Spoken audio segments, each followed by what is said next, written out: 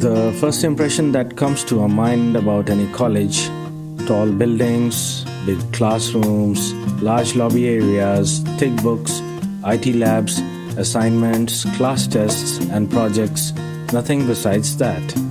Every hour, minute, second spent here help us carving and shaping our persona, cultivating innovative mindsets for the challenging world. Learning is a lifelong process. Sharing knowledge, inculcating values of life, spark the innovative horizons of mind. Fun and frolic is the nature of every nook and corner here.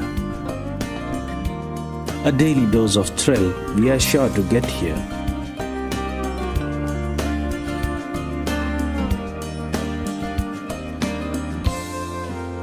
कलम के सिपाही को कोटि नमन है, तुम्हारी याद में ये अभेद श्रद्धा सुमन है।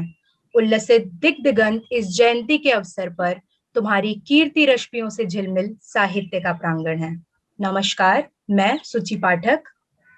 मैं प्रांजलि श्रीवास्तव आप सभी का आज के इस कार्यक्रम में स्वागत करते हैं। प्रेमचंद महज एक नाम ही नहीं, बल्कि भारतीय हिंदी साहित्य की आत्मा है। आज 31 जुलाई 2021 हम सब इसी महान लेखक की 141वीं जयंती मनाते हुए उन्हें श्रद्धांजलि अर्पित करते हैं। साहित्यकाश के इस झिलमिल सितारे को नमन करते हुए डीएमई मीडिया स्कूल आप सभी का स्वागत करता है। मैं स्वागत करना चाहूंगी director Ravikant Swami, doctor Ambarish Saxena, dean DME media school, doctor Susmita Bala, head DME media school, और यहाँ उपस्थित सभी शिक्षकगण और मेरे प्यारे साथियों का। अब मैं dean DME media school doctor Ambarish Saxena को आमंत्रित करती हूँ कि वो इस पूर्व दिवस पर अपने विचार प्रस्तुत करें। धन्यवाद प्रांजलि। निश्चित रूप से एक अलग तरह का अवसर है। हम डीएमई मीडिया स्कूल में तरह तरह के कार्यक्रम करते रहते हैं। ख़ास तौर से अगर हम हिंदी की बात करें या हिंदी से संबंधित जो भी हमारे आयोजन है उनकी बात करें, हम लगातार कई वर्षों से यहाँ पर हिंदी दिवस का आयोजन करते हैं 14 सितंबर को। और पिछले वर्ष चूँकि जब से ये लॉकडाउन शुरू हुआ और कोविड-19 का आगमन हुआ, उसके बाद से पिछले वर्ष हमने 2 दिन का हिंदी दिवस का कार्यक्रम किया था, जिसमें हमने एक दिन कवि सम्मेलन भी किया था। तो हमारी कोशिश यही रहती है कि हम इस तरह के कार्यक्रम करें जिसमें विद्यार्थियों का, शिक्षकों का, सबकी सहभागिता हो और कुछ थोड़ा-सा अलग करने की कोशिश करें। हाँ, ये ज़रूर पहली बार है कि हम प्रेमचंद जयंती का आयोजन कर रहे हैं। और प्रेमचंद एक ऐसा नाम है जो मेरे ख़्याल में कोई भी ऐसा व्यक्ति नहीं होगा, ख़ास तौर से उत्तर भारत में, बल्कि उत्तर भारत क्या, प्रेमचंद की रचनाएं तो लगभग ज़्यादातर भाषाओं में उपलब्ध हैं, देश के बाहर भी उपलब्ध हैं। तो जो उनके नाम से अनभिज्ञ हो या जिसने उनकी रचनाएं ना पढ़ी हो। और जैसा सब जानते हैं कि प्रेमचंद बनारस के रहने वाले थे। बनारस के पास में ही एक गांव है लमही, वहाँ के रहने वाले थे।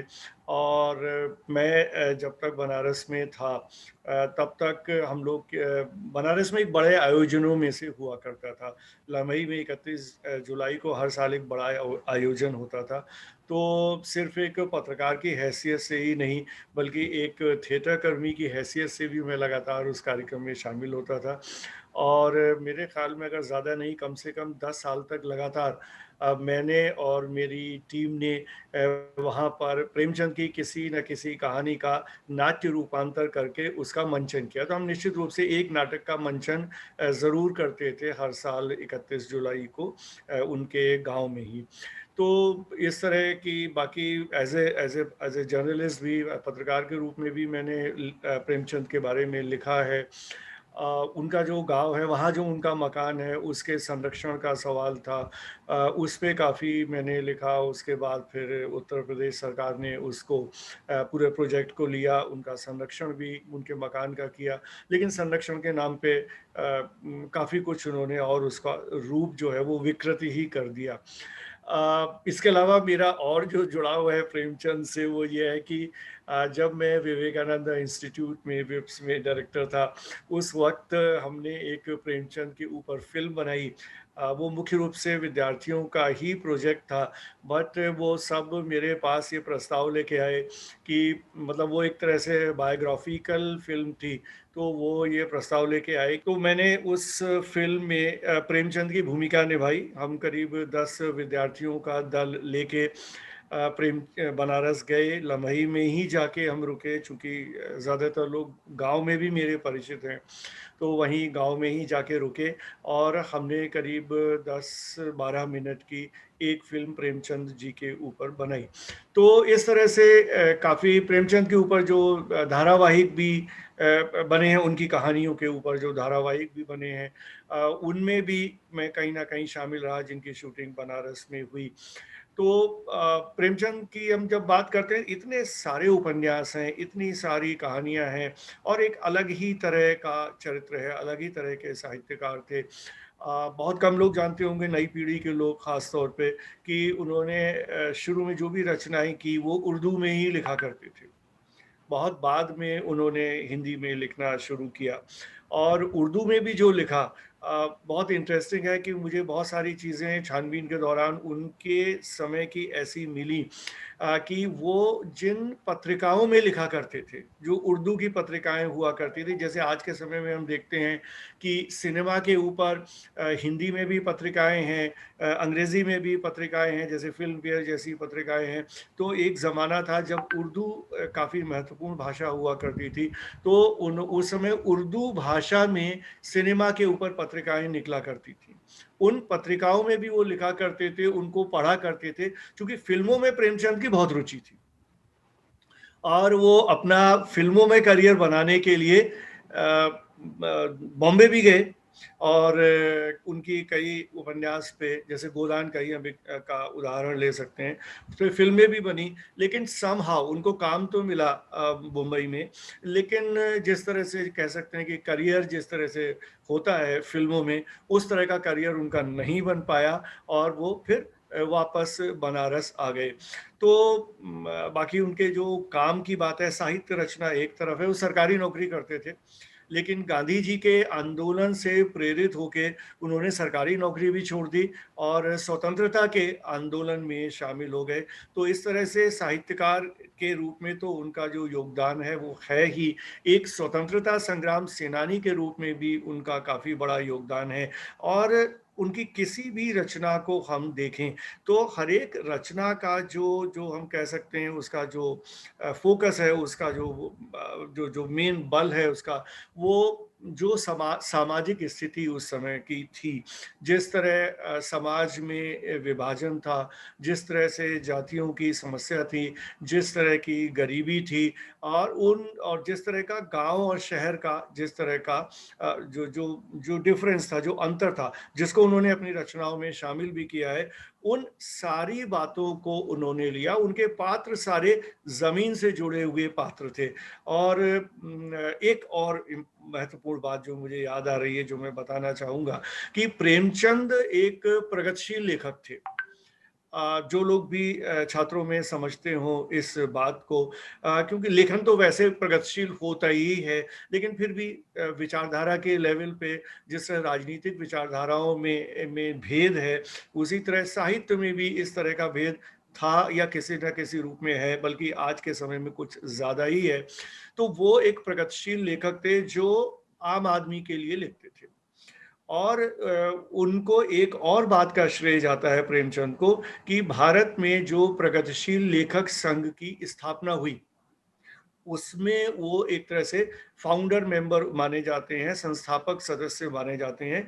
और जिस समय 1917 में यूएसएसआर बना, मतलब रूस में क्रांति हुई, बोल्शेविक रेवोल्यूशन हुआ और उसके बाद सोवियत संघ यूएसएसआर का गठन हुआ, तो ऑब्वियसली वो इम्पैक्ट पूरी दुनिया में आया, भारत में भी आया। भारत एक उपनिवेश था, लेकिन वो असर आया, साहित्य में भी उसका असर आया। और उसी ज़माने में कुछ साहित्यकारों ने मिलकर ये सोचा कि हमें एक प्रोग्रेसिव राइटिंग की तरफ आज जाना चाहिए, उसको आगे बढ़ाना चाहिए। और उसी ज़माने में प्रगतिशील लेखक संघ की स्थापना हुई। तो इतना बड़ा व्यक्तित्व है प्रेमचंद का, इतना उन्होंने काम किया है कि जिसके बारे में जो भी बात की जाए कम है। इसी के साथ मैं अपनी वाणी को विराम देता हूँ। अब मैं आमंत्रित करना चाहूंगी डायरेक्टर डीएमई रविकांत स्वामी सर को अपने विचार प्रस्तुत करने के लिए। मैं उसी बात को आगे ले जाऊंगा जो अमरीश सर ने कहा कि बहुत खुशी होती है जब इस तरीके के आयोजन होते हैं, क्योंकि जनरली हमें एक मैं कहूँगा एक चस्का लगा हुआ है अंग्रेजी का। तो जब इस तरह के आयोजन होते हैं तो दरअसल कुछ अपनी माटी की इसमें महक आती है। जहाँ तक प्रेमचंद जी की बात है तो जो अभी सर ने कहा, तो उसके आगे मैं तो यही कहूँगा कि जो उनकी कहानी 9th क्लास में पढ़ी थी, मे बी समवेयर अराउंड 1987, नमक का दारोगा, वो आज भी इस तरीके से जहन में ताजा है। क्योंकि जो सर ने बताया कि भाई वो आम आदमी की बात करते थे और उसके अंदर जिस तरीके से उन्होंने बताया कि भाई सरकारी पोस्ट मिलने पे किस तरीके से आदमी करप्शन की तरफ लालायित हो जाता है, तो वो चीज आज भी इतना अच्छा चित्रण था कि वो एक चित्र दिमाग में रहता है। जबकि 9th क्लास को हो सकता है कि भाई 40 साल हो गए हैं। तो ये उनकी लेखनी का कमाल था। लम्ही के बारे में बहुत सुना है सर कि वहाँ काफी काम हुआ है, और जब ये पता चला कि अमरीश सर ने प्रेमचंद जी का रोल किया है तो सर अगली 31 जुलाई को वो डॉक्यूमेंट्री जरूर आप दिखाइएगा। Thank you sir. हयाती चीजों को अच्छा मानने की मानसिक गुलामी हमें सोचने का मौका ही नहीं देती कि दुनिया का एक बेहद शानदार कथाकार, एक सबसे प्रतिष्ठित लेखक, कलम का देवदूत, भारत में जन्मा, पला बड़ा और भारत ही को केंद्र में रखकर ऐसी ऐसी कहानी बुन गया जिस पर गर्व करने के लिए एक पूरी जिंदगी कम पड़ जाए। आइए इसी महान कथाकार की जीवनी देखते हैं चलचित्र के माध्यम से। इस चलचित्र का श्रेय जाता है विशाल दास और प्रिया मिश्रा को। आधुनिक हिंदी कहानी के पितामह और उपन्यास सम्राट कहे जाने वाले मुंशी प्रेमचंद जी का जन्म 31 जुलाई 1880 को बनारस के लम्ही गांव में हुआ था। उनकी माता का नाम आनंदी देवी तथा पिता का नाम मुंशी अजायब राय था। मुंशी प्रेमचंद जी का मूल नाम धनपत राय श्रीवास्तव था। उन्होंने उर्दू में नवाब राय और हिंदी में प्रेमचंद नाम से लेखन कार्य किया। जब प्रेमचंद 15 वर्ष के थे, उनका विवाह हो गया। उसके कुछ समय बाद ही उनके पिता की मृत्यु हो गई। प्रेमचंद जी का ये पहला विवाह पूर्ण रूप से असफल रहा। इसके बाद उन्होंने अपना दूसरा विवाह एक बाल विधवा कन्या से किया। पिता की मृत्यु के बाद प्रेमचंद ने शिक्षक जीवन को अपनाया। प्रेमचंद जी का पहला उपन्यास था असरारे मुआबिद, जो कि बनारस के एक उर्दू साप्ताहिक आवाज़ी खल्फ में प्रकाशित हुआ। प्रेमचंद की पहली कहानी दुनिया का सबसे अनमोल रत्न सन 1907 में प्रकाशित हुआ। प्रेमचंद के पहले कहानी संग्रह सूजे वतन के लेखों से क्रोधित होकर जिलाधीश ने संग्रह को जब्त कर लिया। प्रेमचंद जी गांधी जी के सत्याग्रह आंदोलन से अत्यधिक प्रभावित हुए थे। उन्होंने 15 फरवरी 1921 को अपनी सरकारी नौकरी को त्याग दिया और अपना पूरा समय साहित्य को देना शुरू किया। कहा जाता है कि यदि हिंदी लेखन में किसी ने यथार्थवाद की शुरुआत की तो वह है मुंशी प्रेमचंद। सामाजिक, धार्मिक, राजनीतिक से लेकर आर्थिक और ऐतिहासिक विषयों पर उन्होंने 300 से ज़्यादा कहानियाँ लिखीं। उनके कई प्रमुख उपन्यास हैं गोदान, गबन, प्रेमाश्रम, सेवासद, निर्मला, कर्मभूमि, कायाकल्प, प्रतिज्ञा आदि। उन्होंने अपने लेखन के जरिए समाज में फैली कई कुरीतियों का खुलकर विरोध किया। 8 अक्टूबर 1936 को उनका देहावसान हो गया, परंतु आज भी अपने साहित्य के जरिए उन्होंने लाखों लोगों की पीड़ाओं को अपनी रचनाओं में जीवित रखा है। आज के शुभ अवसर पर मुख्य अतिथि के रूप में हमारे बीच संजीव कौशल मौजूद हैं। संजीव कौशल का जन्म 23 नवंबर 1977 को अलीगढ़ उत्तर प्रदेश के एक कस्बे अकाराबाद में हुआ। संजीव कौशल जी ने अंग्रेजी साहित्य में अलीगढ़ मुस्लिम विश्वविद्यालय से 2007 में पीएचडी करी। 1998 से लगातार कविता लेखन करते आ रहे हैं। इनकी पहली कविता संग्रह शीर्षक उंगलियों में परछाइयां अकादमी दिल्ली से प्रकाशित हुई। एक बेहद खूबसूरत रचना जिसका शीर्षक है ख्वाहिशें हैं नामुमकिन की, जो कि जर्मन भाषा में कविता के पूरे विकास क्रम को दर्शाती है, वो फोनेम पब्लिशर्स नई दिल्ली से प्रकाशित हुई। सर की लिखी हुई ऑस्ट्रियाई कविताओं का अनुवाद नवंबर की धूप वाणी प्रकाशन से बहुत जल्द आने वाला है। संजीव कौशल जी की कविताएं, लेख तथा समीक्षाएं देश के महत्वपूर्ण पत्र पत्रिकाओं में प्रकाशित किए गए हैं। 20वीं शताब्दी के प्रमुख पोलिश कवियों की कविताओं का हिंदी में अनुदित संग्रह भी शीघ्र ही प्रकाशित होने वाला है। संजीव जी अलीगढ़ मुस्लिम विश्वविद्यालय के अंग्रेजी विभाग में 1 वर्ष तक अध्यापन के उपरांत 2003 से दिल्ली विश्वविद्यालय में अध्याय पर हैं।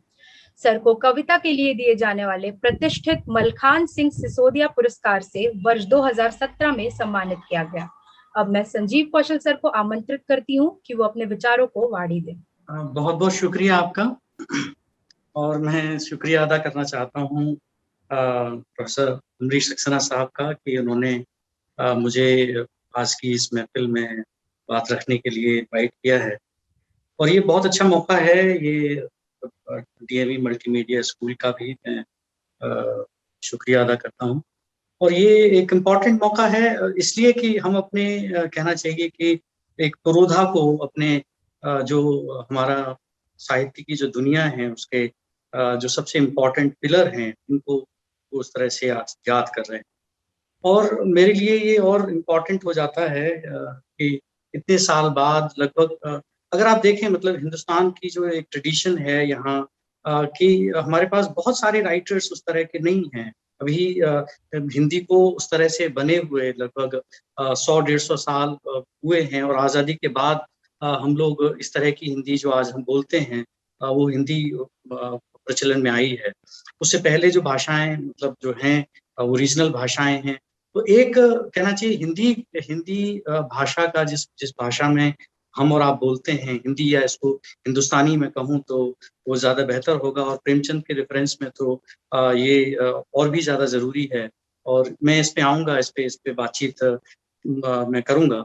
तो आप देखें कि 1880 में जिस लेखक का जन्म होता है, आज लगभग 140 से या 141 साल बाद हम लोग इतने जुलूस और इतने उत्साह से हम लोग उनको याद कर रहे हैं। तो ये बहुत बहुत खुशी की बात है, और उत्साह इसलिए मुझे ज़्यादा है कि बहुत सारे युवा साथी हमारे जुड़े हुए हैं, और इन्होंने बड़ी अच्छी एक फिल्म भी यहाँ दिखाई, और उसमें कई सारे जो तथ्यात्मक चीज़ें हैं उनको सामने रखा है। मेरे लिए थोड़ी सी मुश्किल है कि प्रेमचंद एक उनका जो फलक है साहित्यिक जो के डायमेंशंस हैं वो इतने ज़्यादा हैं कि उन पे उस तरह से एक थोड़े से वक्त में बात करना किस तरह से मुमकिन होगा। तो कुछ थोड़ी बातें कुछ चीज़ों के लिए ज़रूर मैं करूँगा। तो बात शुरू करते हैं कि सबसे पहले जैसे मतलब बताया कि सोज़े वतन उनका पहला कहानी संग्रह इस तरह से आया, और इतना इम्पोर्टेंट था वो कि ब्रिटिश सरकार को ये लगा कि इसके प्रकाशित होने से कुछ परेशानी आ सकती है। तो पहली बात जो इम्पोर्टेंट यहाँ देखने को मिलती है कि जो ये कहा जाता है लेखकों के बारे में कि उनको कोई पढ़ता नहीं है या उनकी कोई महत्व नहीं है, या वो एक चार दीवारी या कमरे या वहीं तक तौहीद रहते हैं।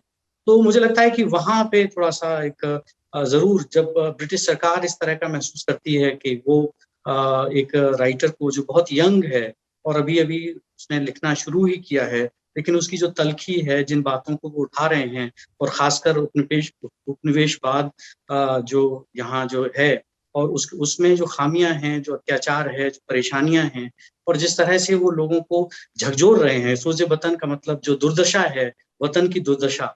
तो आप देखें कि जो दुर्दशा है हमारे वतन की, उसके रीजंस में अगर हम जाएं तो पता चलेगा कि उसके पीछे अंग्रेजों की जो नीतियां हैं वो निकलेंगी। तो मतलब एक जो ब्रिटिश सरकार है वो परेशान हो जाती है इस बात को लेके और उस पे बैन लगा दिया जाता है, और जितनी भी कॉपियां प्रकाशित हो चुकी थी या जा चुकी थी उन सबको जब्त कर लिया जाता है। और यहाँ तक कि प्रेमचंद को अपना जो नाम है वो भी बदलना पड़ता है, और पहली बार वो प्रेमचंद नाम जो है वो एडॉप्ट करते हैं अपने एक साथी के कहने पे कि ये नाम एडॉप्ट किया जाए। तो शुरुआती दौर से ही अगर प्रेमचंद की इस शुरुआत को देखा जाए तो ये कहा जा सकता है कि उनके अंदर कुछ ऐसा जरूर था कि वो समाज में हो रही जो भी गतिविधियां हैं उनको बहुत गहराई से देख रहे थे, और उन गतिविधियों के जो इम्पैक्ट्स हैं किस तरह से समाज पे पड़ रहे हैं उनको वो रेखांकित कर रहे हैं। और एक तलखी उनके भीतर है, एक आग है एक लेखक के तौर पे। तो मैं सबसे पहले जो मुझे लगता है कि जो इम्पोर्टेंट जो चीज है, बल्कि मैं एक उनका कोट है जिससे मैं सोच रहा हूँ कि जरूर आप लोगों के सामने रखा जाए, और वो कहते हैं कि क्या बिगाड़ के डर से ईमान की बात न कहो। तो आप देखें कि यहाँ मतलब ये मुझे बहुत पसंद है, और भी बहुत सारे कोटेशंस हैं जिनको जो मतलब आज की बातें कोटेशंस के तौर पे सोशल मीडिया और सर्कुलेट होती हैं और लोग मतलब आपस में शेयर करते हैं। तो जो सबसे इम्पोर्टेंट मतलब मैं जो सबसे पहले जो बात रखना चाहता हूँ कि लेखक की जो अपनी भूमिका है वो क्या है, मतलब क्या वो जो लेखक है वो करना क्या चाहता है, उसकी जिम्मेदारी क्या है, उसका दायित्व क्या है। और इसको लेके प्रेमचंद जो हैं वो शुरुआत से बहुत कहना चाहिए कि चौकन्ने हैं, और वो ये मानते हैं कि जो लेखक का जो दायित्व है वो समाज को एक ऐसी दिशा देना है जहाँ से समाज एक ऐसी मतलब एक ऐसी दुनिया बनाई जा सके जहाँ किसी तरह का शोषण नहीं है, किसी तरह के जातिवाद या जो बंधन जिन देखते हैं वो नहीं है। शिक्षा है, और शिक्षा भी ऐसी जो हमें आगे की तरफ ले जाए, न कि हमें शोषण का माध्यम बने। वो कई कई कई जगह शिक्षा को लेके इस तरह के बयान उन्होंने बहुत साफ तौर पे दिए कि शिक्षा का मतलब ये नहीं है कि हम शिक्षित हो जाएं और शिक्षित होने के बाद हमारे अपने देशवासियों या उन लोगों से जहाँ से हम आए उन जड़ों से हमारा कोई संबंध न रहे, और उन्हीं को शोषण मतलब उन्हीं के शोषण में हम लग जाएं। तो इस तरह की मतलब ये बात है। तो एक लेखक की एक जो जिम्मेदारी है वो क्या है? देखिए, सबसे जो जरूरी बात है, युवा हैं आप बहुत सारे यहाँ साथी, तो इसीलिए मैं कुछ जरूरी बातें एक लेखक के तौर पे भी और एक शिक्षक के तौर पे भी, और जिस तरह से मैं प्रेमचंद को देखता हूँ उसके तौर पे मतलब मैं कहना चाहता हूँ कि देखिए, सबसे जरूरी जो बात है वो यही है कि आपका जो अपना नजरिया है देखने का वो क्या है, जो पर्सपेक्टिव है वो क्या है। अगर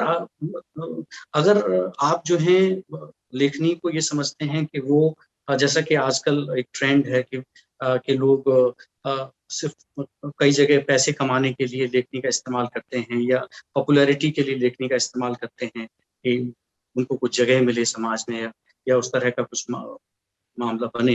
लेकिन प्रेमचंद का जो मामला है वो पूरी तरह से अलग है। प्रेमचंद एक गांधीवादी विचार से प्रेरित होके, जैसा सर ने कहा कि उन्होंने अपनी नौकरी जो है वो छोड़ दी थी। हम में से कितने ऐसे लोग हैं, ऐसे लेखक हैं जिनको अगर ये कहा जाए कि आप देश के प्रति एक समर्पण का भाव रखते हुए, क्योंकि ऐसा नहीं है कि समस्याएं आज नहीं हैं, समस्याएं सिर्फ अंग्रेजों के होने से थीं या आज उस तरह की समस्याएं या वही समस्याएं जो अंग्रेजों के वक्त थी वो आज नहीं है। लेकिन हम में से कितने लोग अपनी उन नौकरियों को छोड़ सकते हैं जिनसे हमारी जीविका चल रही है, जिनसे परिवार चल रहे हैं। तो इतनी बड़ी हिम्मत दिखा पाना ये तभी पॉसिबल है जब हमारे अंदर एक खास तरह का कमिटमेंट लेखनी को लेके है, और हमें ये लगता है कि ये जो मैं लिख रहा हूँ ये समाज परिवर्तन करने में कुछ मदद मिलेगी जरूर इससे, और लोगों को मैं एक दिशा दे सकता हूँ।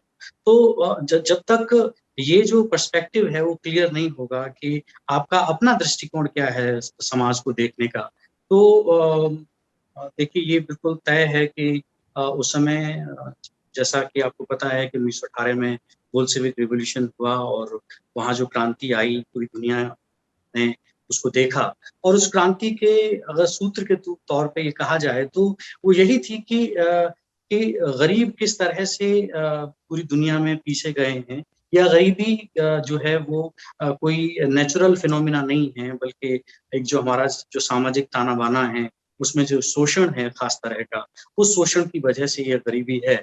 और इस गरीबी को हम एक खास तरह से शासन के द्वारा एक खास तरह की व्यवस्था के द्वारा मिटा सकते हैं। तो ये उम्मीद पूरी दुनिया में जगी थी, और भारत में भी ये उम्मीद थी, पूरे और दूसरे देशों में भी ये उम्मीद थी। तो प्रेमचंद भी इस उम्मीद से लबरेज थे। ऐसा नहीं है कि वो मतलब इससे अनभिज्ञ थे, बल्कि आप देखेंगे कि उन्होंने बहुत सारे ट्रांसलेशंस भी किए, जो जो इम्पोर्टेंट एक बात है जिसको कई बार हम इग्नोर कर देते हैं दूसरी चीज़ों को देखते हुए, क्योंकि इतने बड़े लेखक हैं जिनको कि हम उपन्यास सम्राट कह रहे हैं, लेकिन वो उपन्यास सम्राट अपनी जो रोजमर्रा की जो खबरें हैं उन पे कितनी पैनी नजर है, और उन चीज़ों को जो ज़रूरी चीज़ें हैं जैसे कि टॉल्स्टॉय की कहानियाँ उनको उन्होंने हिंदी में ट्रांसलेट किया, और कई चीज़ों को, टैगोर को भी ट्रांसलेट किया और दूसरे लोगों को ट्रांसलेट किया।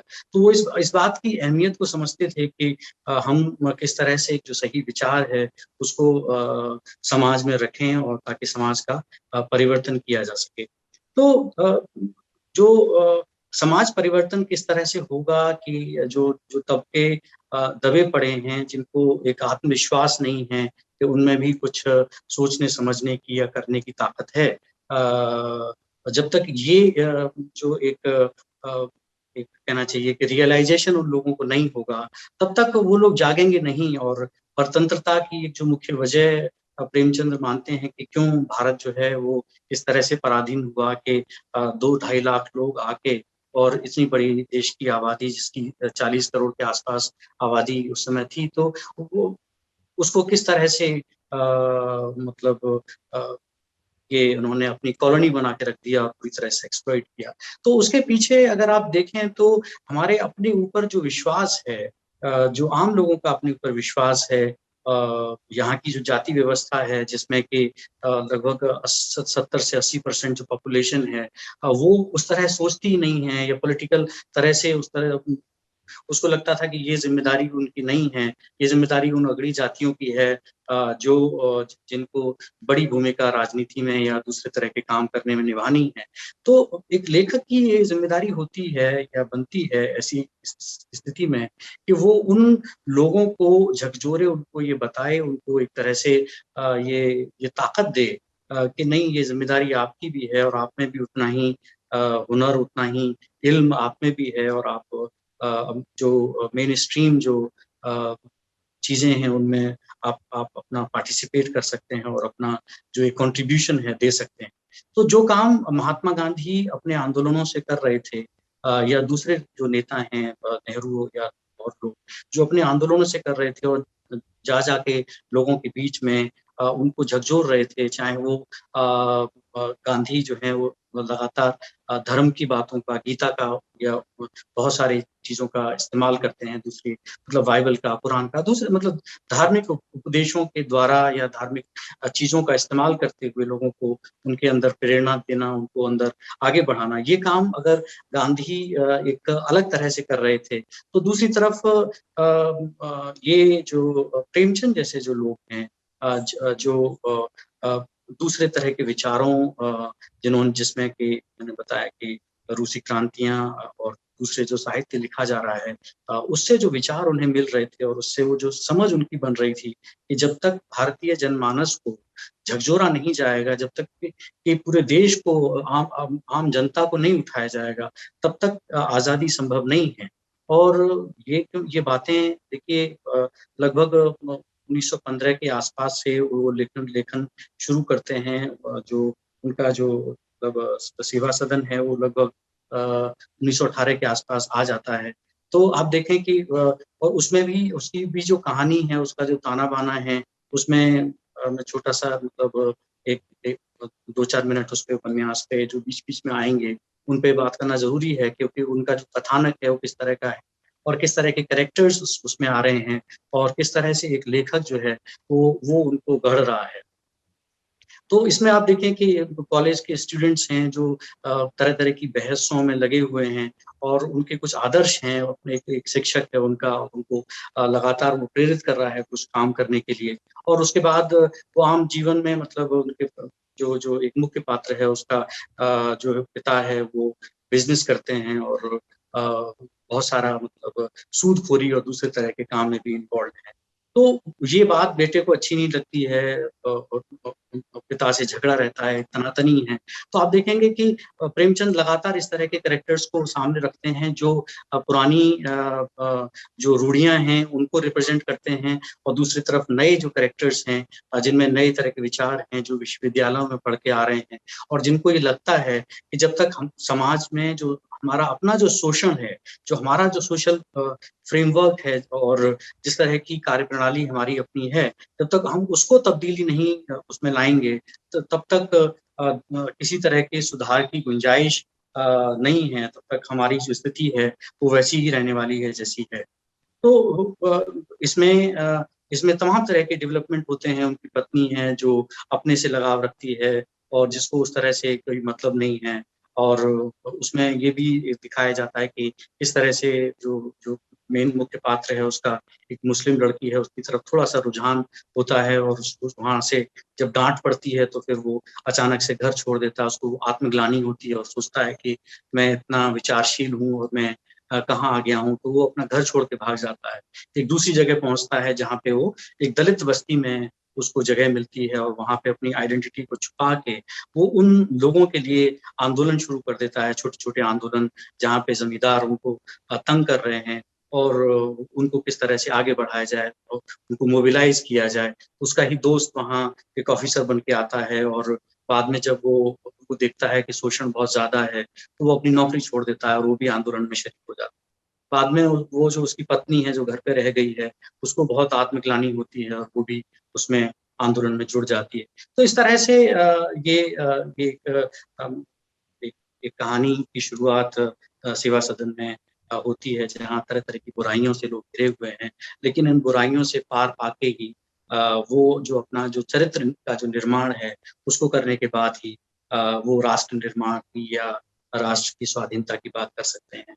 तो प्रेमचंद बहुत शुरुआत से एक क्लैरिटी उनमें दिखाई देती है कि जो व्यक्ति का जो चरित्र निर्माण है वो बहुत जरूरी है और उसी के साथ मतलब ये जो राष्ट्र निर्माण की जो बात है या स्वाधीनता की बात है ये संभव है। तो उनकी कहानियों में, उनके उपन्यासों में हमें लगातार इस तरह की बातें जो कई बार नेचुरल सी नहीं भी दिखती हैं, मैं ये मतलब कहना चाहूंगा कई बार पढ़ने के बाद ये जरूर महसूस होता है कि जो उपन्यास विधा या मतलब साहित्य की जो एक पहली कसौटी जो से हम मानते हैं कि कुछ स्पॉन्टेनियस, जैसे वर्ड्सवर्थ कहते हैं कि spontaneous overflow of powerful feelings, तो उस तरह का उपन्यास में स्पॉन्टेनिटी या उस तरह का फ्लो तो नहीं मिलता है, लेकिन तभी भी ऐसा देखने में मिलता है। बहुत सारे जो राइटर्स हैं वो मतलब विश्व के, चाहे वो टॉल्स्टॉय हों, दोस्तोयेव्स्की हों या दूसरे लोग, उनके यहाँ बाल्जाक वगैरह दूसरे राइटर्स के यहाँ, कि कुछ ऐसा नहीं लगता है कि जबरदस्ती कोई चीज की जा रही है कि किन्हीं जो चरित्र हैं उनको एक खास तरह से गढ़ा जा रहा है और उनके साथ एक तरह की जबरदस्ती हो रही है कि लेखक जिस तरह से चाह रहा है खास डिजाइन के तहत उनको तैयार कर रहा है। ये प्रेमचंद के यहाँ मुझे मतलब देखने को मिलता है कि इस तरह की एक कोशिश उनके यहाँ लगातार है कि, लेकिन उसके पीछे की जो वजह है अगर देखा जाए कि अगर हम टॉल्स्टॉय को देखें या मैं इन जो सवाल आ रहे हैं इन सवालों को लूंगा, मुझे लगता है कि पहले कुछ थोड़ी सी बात कर लूं। यहाँ पे थोड़ा सा हमें एक प्रेमचंद को थोड़ा सा एक लेवरेज देना पड़ेगा कि एक कहानीकार के तौर पे, एक उपन्यासकार के तौर पे जो उनके सामने जो मुख्य समस्या है जिससे पूरा देश जूझ रहा है वो समस्या भारत की स्वाधीनता की समस्या है।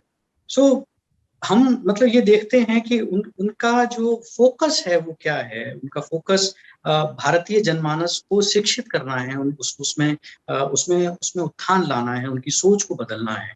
और ये कौन सी परेशानियां हैं जो हमें या उस समय के समाज में, आज के समाज में भी जो परेशान कर रही हैं। तो हम देखें कि जाति व्यवस्था एक सीरियस प्रॉब्लम की तरह से सामने आती है और आज भी हमारे सामने वो पूरी तरह से एक विकराल रूप में खड़ी है। बहुत तरह के लोगों ने अपने विचार रखे हैं इस पे। अम्बेडकर ने पूरा मूवमेंट चलाया, गांधी ने बहुत कोशिश की, और लेकिन ये एक ऐसी जड़ता है हिंदुस्तानी समाज की जो टूटने का नाम नहीं ले रही है। जो लोग लगातार बात भी करते हैं जाति व्यवस्था को तोड़ने की, वो कहीं न कहीं उस व्यवस्था को पोषित करते हैं और उसको आगे बढ़ाते हैं। तो एक ये हमारे इस समस्या सामने आती है। जो उस समय का जो भारत है, वो शहरी भारत नहीं है, वो ग्रामीण भारत है। और उस ग्रामीण भारत में न सिर्फ जाति व्यवस्था है, बल्कि उस समय की जो ज़मींदारी व्यवस्था है, वो भी और सूदखोरी और दूसरी तरह की। तो आप देखें कि इस तरह के जो बैंकिंग सिस्टम जो आज हमने डेवलप किए हैं, वो बिल्कुल भी थे नहीं। तो आदमी को कभी न कभी सूद लेना पड़ रहा है। ये उनकी कहानी है जिसका शीर्षक है सवा सेर गेहूँ। और इसको जब पढ़ेंगे तो आपको महसूस होगा कि जो त्रासदी है जो गाँव की, एक आदमी सिर्फ सवा सेर गेहूँ किसी साधु को खाना खिलाने के लिए सोचता है कि जौ की रोटी क्या खिलाऊँ उसको मैं गेहूँ ले आता हूँ क्योंकि वो अच्छा नहीं लगेगा। तो वो उस गेहूँ का जो ब्याज है या गेहूँ का जो जिस तरह से बढ़ोतरी होती है, जिस तरह से उसका जो मैनेजमेंट किया जाता है, वो ये कि उसको इतना सारा मतलब पूरे जीवन की पूंजी देने के बाद उसको लगभग 20 साल तक उसके यहाँ मजदूरी करनी पड़ती है, बेगार करनी पड़ती है, और उसके मर जाने के बाद उसके बेटे को बेगार करनी पड़ती है। और प्रेमचंद इस कहानी में आखिर में ये लिखते हैं कि आप ये ना समझें कि ये कहानी कोई मनगढ़ंत किस्म की कहानी है। ये कहानी मनगढ़ंत नहीं है, ये फैक्ट्स हैं। और ये प्रेमचंद के यहाँ एक बहुत इम्पोर्टेंट चीज है कि वो समाज में जाके चीजें को लेके आते हैं। कोई मन से अपने आप कोई ख्याली जो बातें हैं वो नहीं कर रहे हैं, और इसीलिए यथार्थवादी मतलब लेखक उनको कहा जाता है। तो मैं कुछ भी और दूसरे पॉइंट पे बात कर रहा था कि किस तरह से मतलब उनका जो मुख्य ध्यान है वो क्या है। तो आप देखें कि जाति व्यवस्था है, जमींदारी व्यवस्था है, सूदखोरी है, सांप्रदायिकता है, जो अंग्रेजों ने जिस तरह से भारत को विभाजित किया, और उसके बीज लगभग उस समय पड़ चुके थे, और वो पूरी कोशिश में थे कि भारतीय जनमानस को ये जो रिलीजियस लाइंस हैं हिंदू और मुस्लिम्स की, इन पे तोड़ा जाए, और तभी यहाँ सफलता मिल सकती है। डिवाइड एंड रूल की जो पॉलिसी है तभी वो संभव है, और उस पर वो लगातार कायम थे और उसको उन्होंने कोशिश की। तो प्रेमचंद की नज़र बहुत गहराई में इस बात पे है कि इनको ये जो पॉलिसीज हैं इनको रोका जा सके, और इसके खिलाफ एक सशक्त किसी तरह की जो मतलब बात कही जा सके। क्योंकि राष्ट्र का निर्माण तभी संभव है, सशक्त राष्ट्र का निर्माण, जहाँ पे ये छोटे छोटे जो फ्रैक्शंस हैं ये ना हो, जातियों के या धर्मों के या पंथों के या राज्यों के। तो जिन समस्याओं से, देखिए आज हम राज्य की समस्याओं से भी जूझ रहे हैं कि कुछ राज्य दूसरे राज्यों के लोगों को कई बार लठियाते हैं, कई बार उनको मारते हैं या आने से रोकते हैं, या इस तरह की समस्याएं सामने आ रही हैं। तो अब वो ये देखें कि जो प्रेमचंद की कि यहाँ जो समस्याएं हैं, वो समस्याएं आज भी वैसी की वैसी लगभग बनी हुई हैं। कुछ हद तक उनमें कमी जरूर आई है एजुकेशन के बाद, स्पेशली जो सिटीज में हम देखते हैं कि उनमें थोड़ी सी तब्दीली आई है छात्रों के बीच में, या यूनिवर्सिटी जो एजुकेशन जो ले रहे हैं लोग, उनके बीच में जरूर इस तरह का एक विमर्श है। वहाँ जातियां उस तरह से उतनी प्रभावी तौर पे काम नहीं करती हैं। लेकिन आज भी जब इलेक्शंस होते हैं तो हम देखते हैं कि जातियां बहुत मुखर रूप से सामने आती हैं। जो इलेक्शंस में जो डिस्ट्रीब्यूशन होता है सीड्स का या दूसरी तरह की चीज़ों का, उसमें जातियों का एक खास कॉम्बिनेशन काम करता है। और तो इससे मतलब इससे जातियां पोषित भी हुई हैं। जो पुराना जो मूवमेंट जातियों को खत्म करने का चला, उसको काफी बड़ा नुकसान, काफी बड़ा धक्का जो आज की जो राजनीति है और जो वोट बैंक की जो राजनीति है उसने दिया है, क्योंकि वो उसको लगातार पोषित कर रहा है। तो मतलब ये कहें कि देखिए, एक लेखक के तौर पे हम 140 साल बाद, या कहें कि उनकी 1936 में उनकी जो मौत हुई, उसके बाद हम आज भी उनको याद कर रहे हैं। तो किसी को याद करने की जो मुख्य वजह है वो उसकी प्रासंगिकता है, उसकी जो रेलेवेंस है वो है। और किसी व्यक्ति की जो रेलेवेंस है उस बात से बनती है कि जो बातें वो कह रहे हैं, क्या वो बातें हमारे किसी काम की हैं, उनका कोई यूटिलिटी है।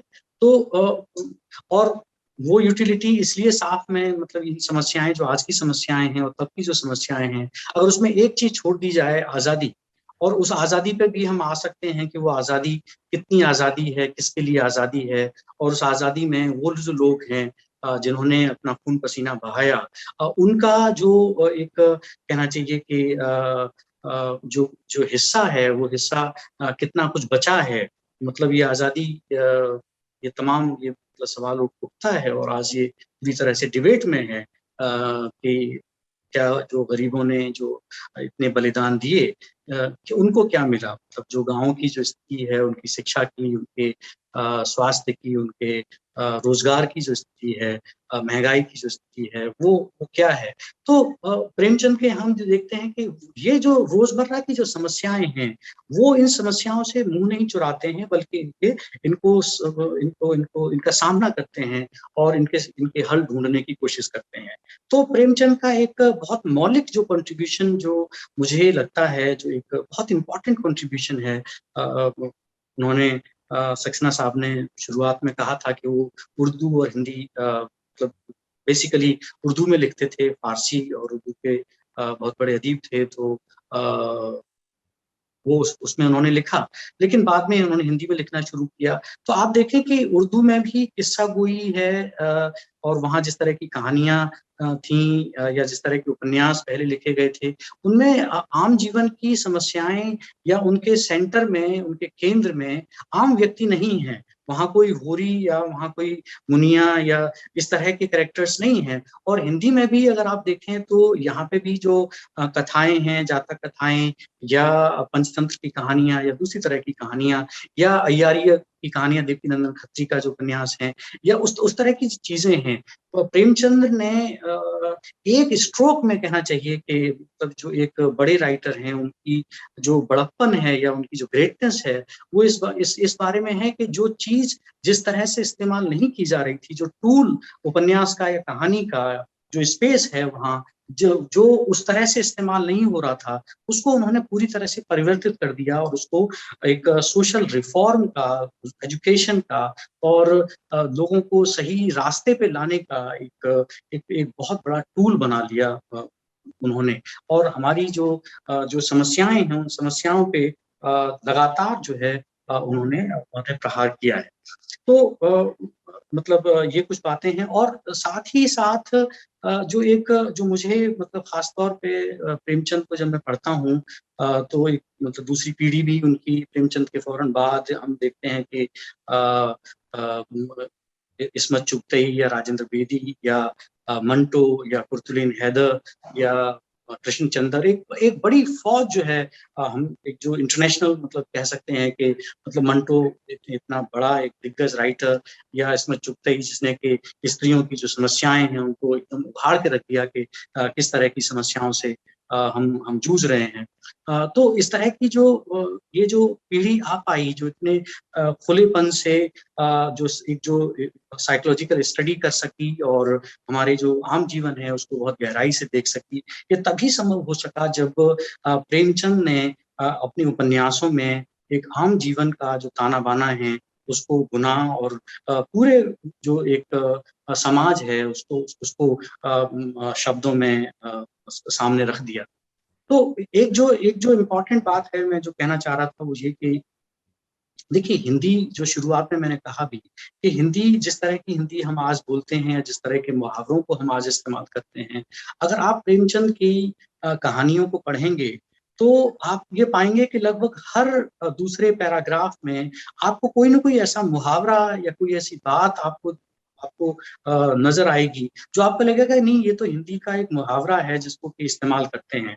मैं ये कहना चाहता हूँ कि वो मुहावरे उस तरह के नहीं हैं जो पहले से प्रचलित थे, बल्कि प्रेमचंद ने अपनी समझ और अपनी जो एक उनकी जो कहना चाहिए कि जो पैनापन है नज़र का, उससे उनको गढ़ा और सूत्र, मतलब एक कहना चाहिए सूत्र में, मतलब सूत्रबद्ध किया बहुत सारी बातों को, जिससे कि हम जिन बातों को समझाने के लिए हम इस्तेमाल करते हैं, वो बहुत सारी बातें, हज़ारों ऐसे वाक्य जिनको कई बार हमें पता नहीं होता है कि वो दरअसल किसी लेखक ने लिखे हैं, और वो जो लेखक मतलब प्रेमचंद हैं, और उन्होंने अपनी कहानियों और उपन्यासों में उन बातों को कहा है।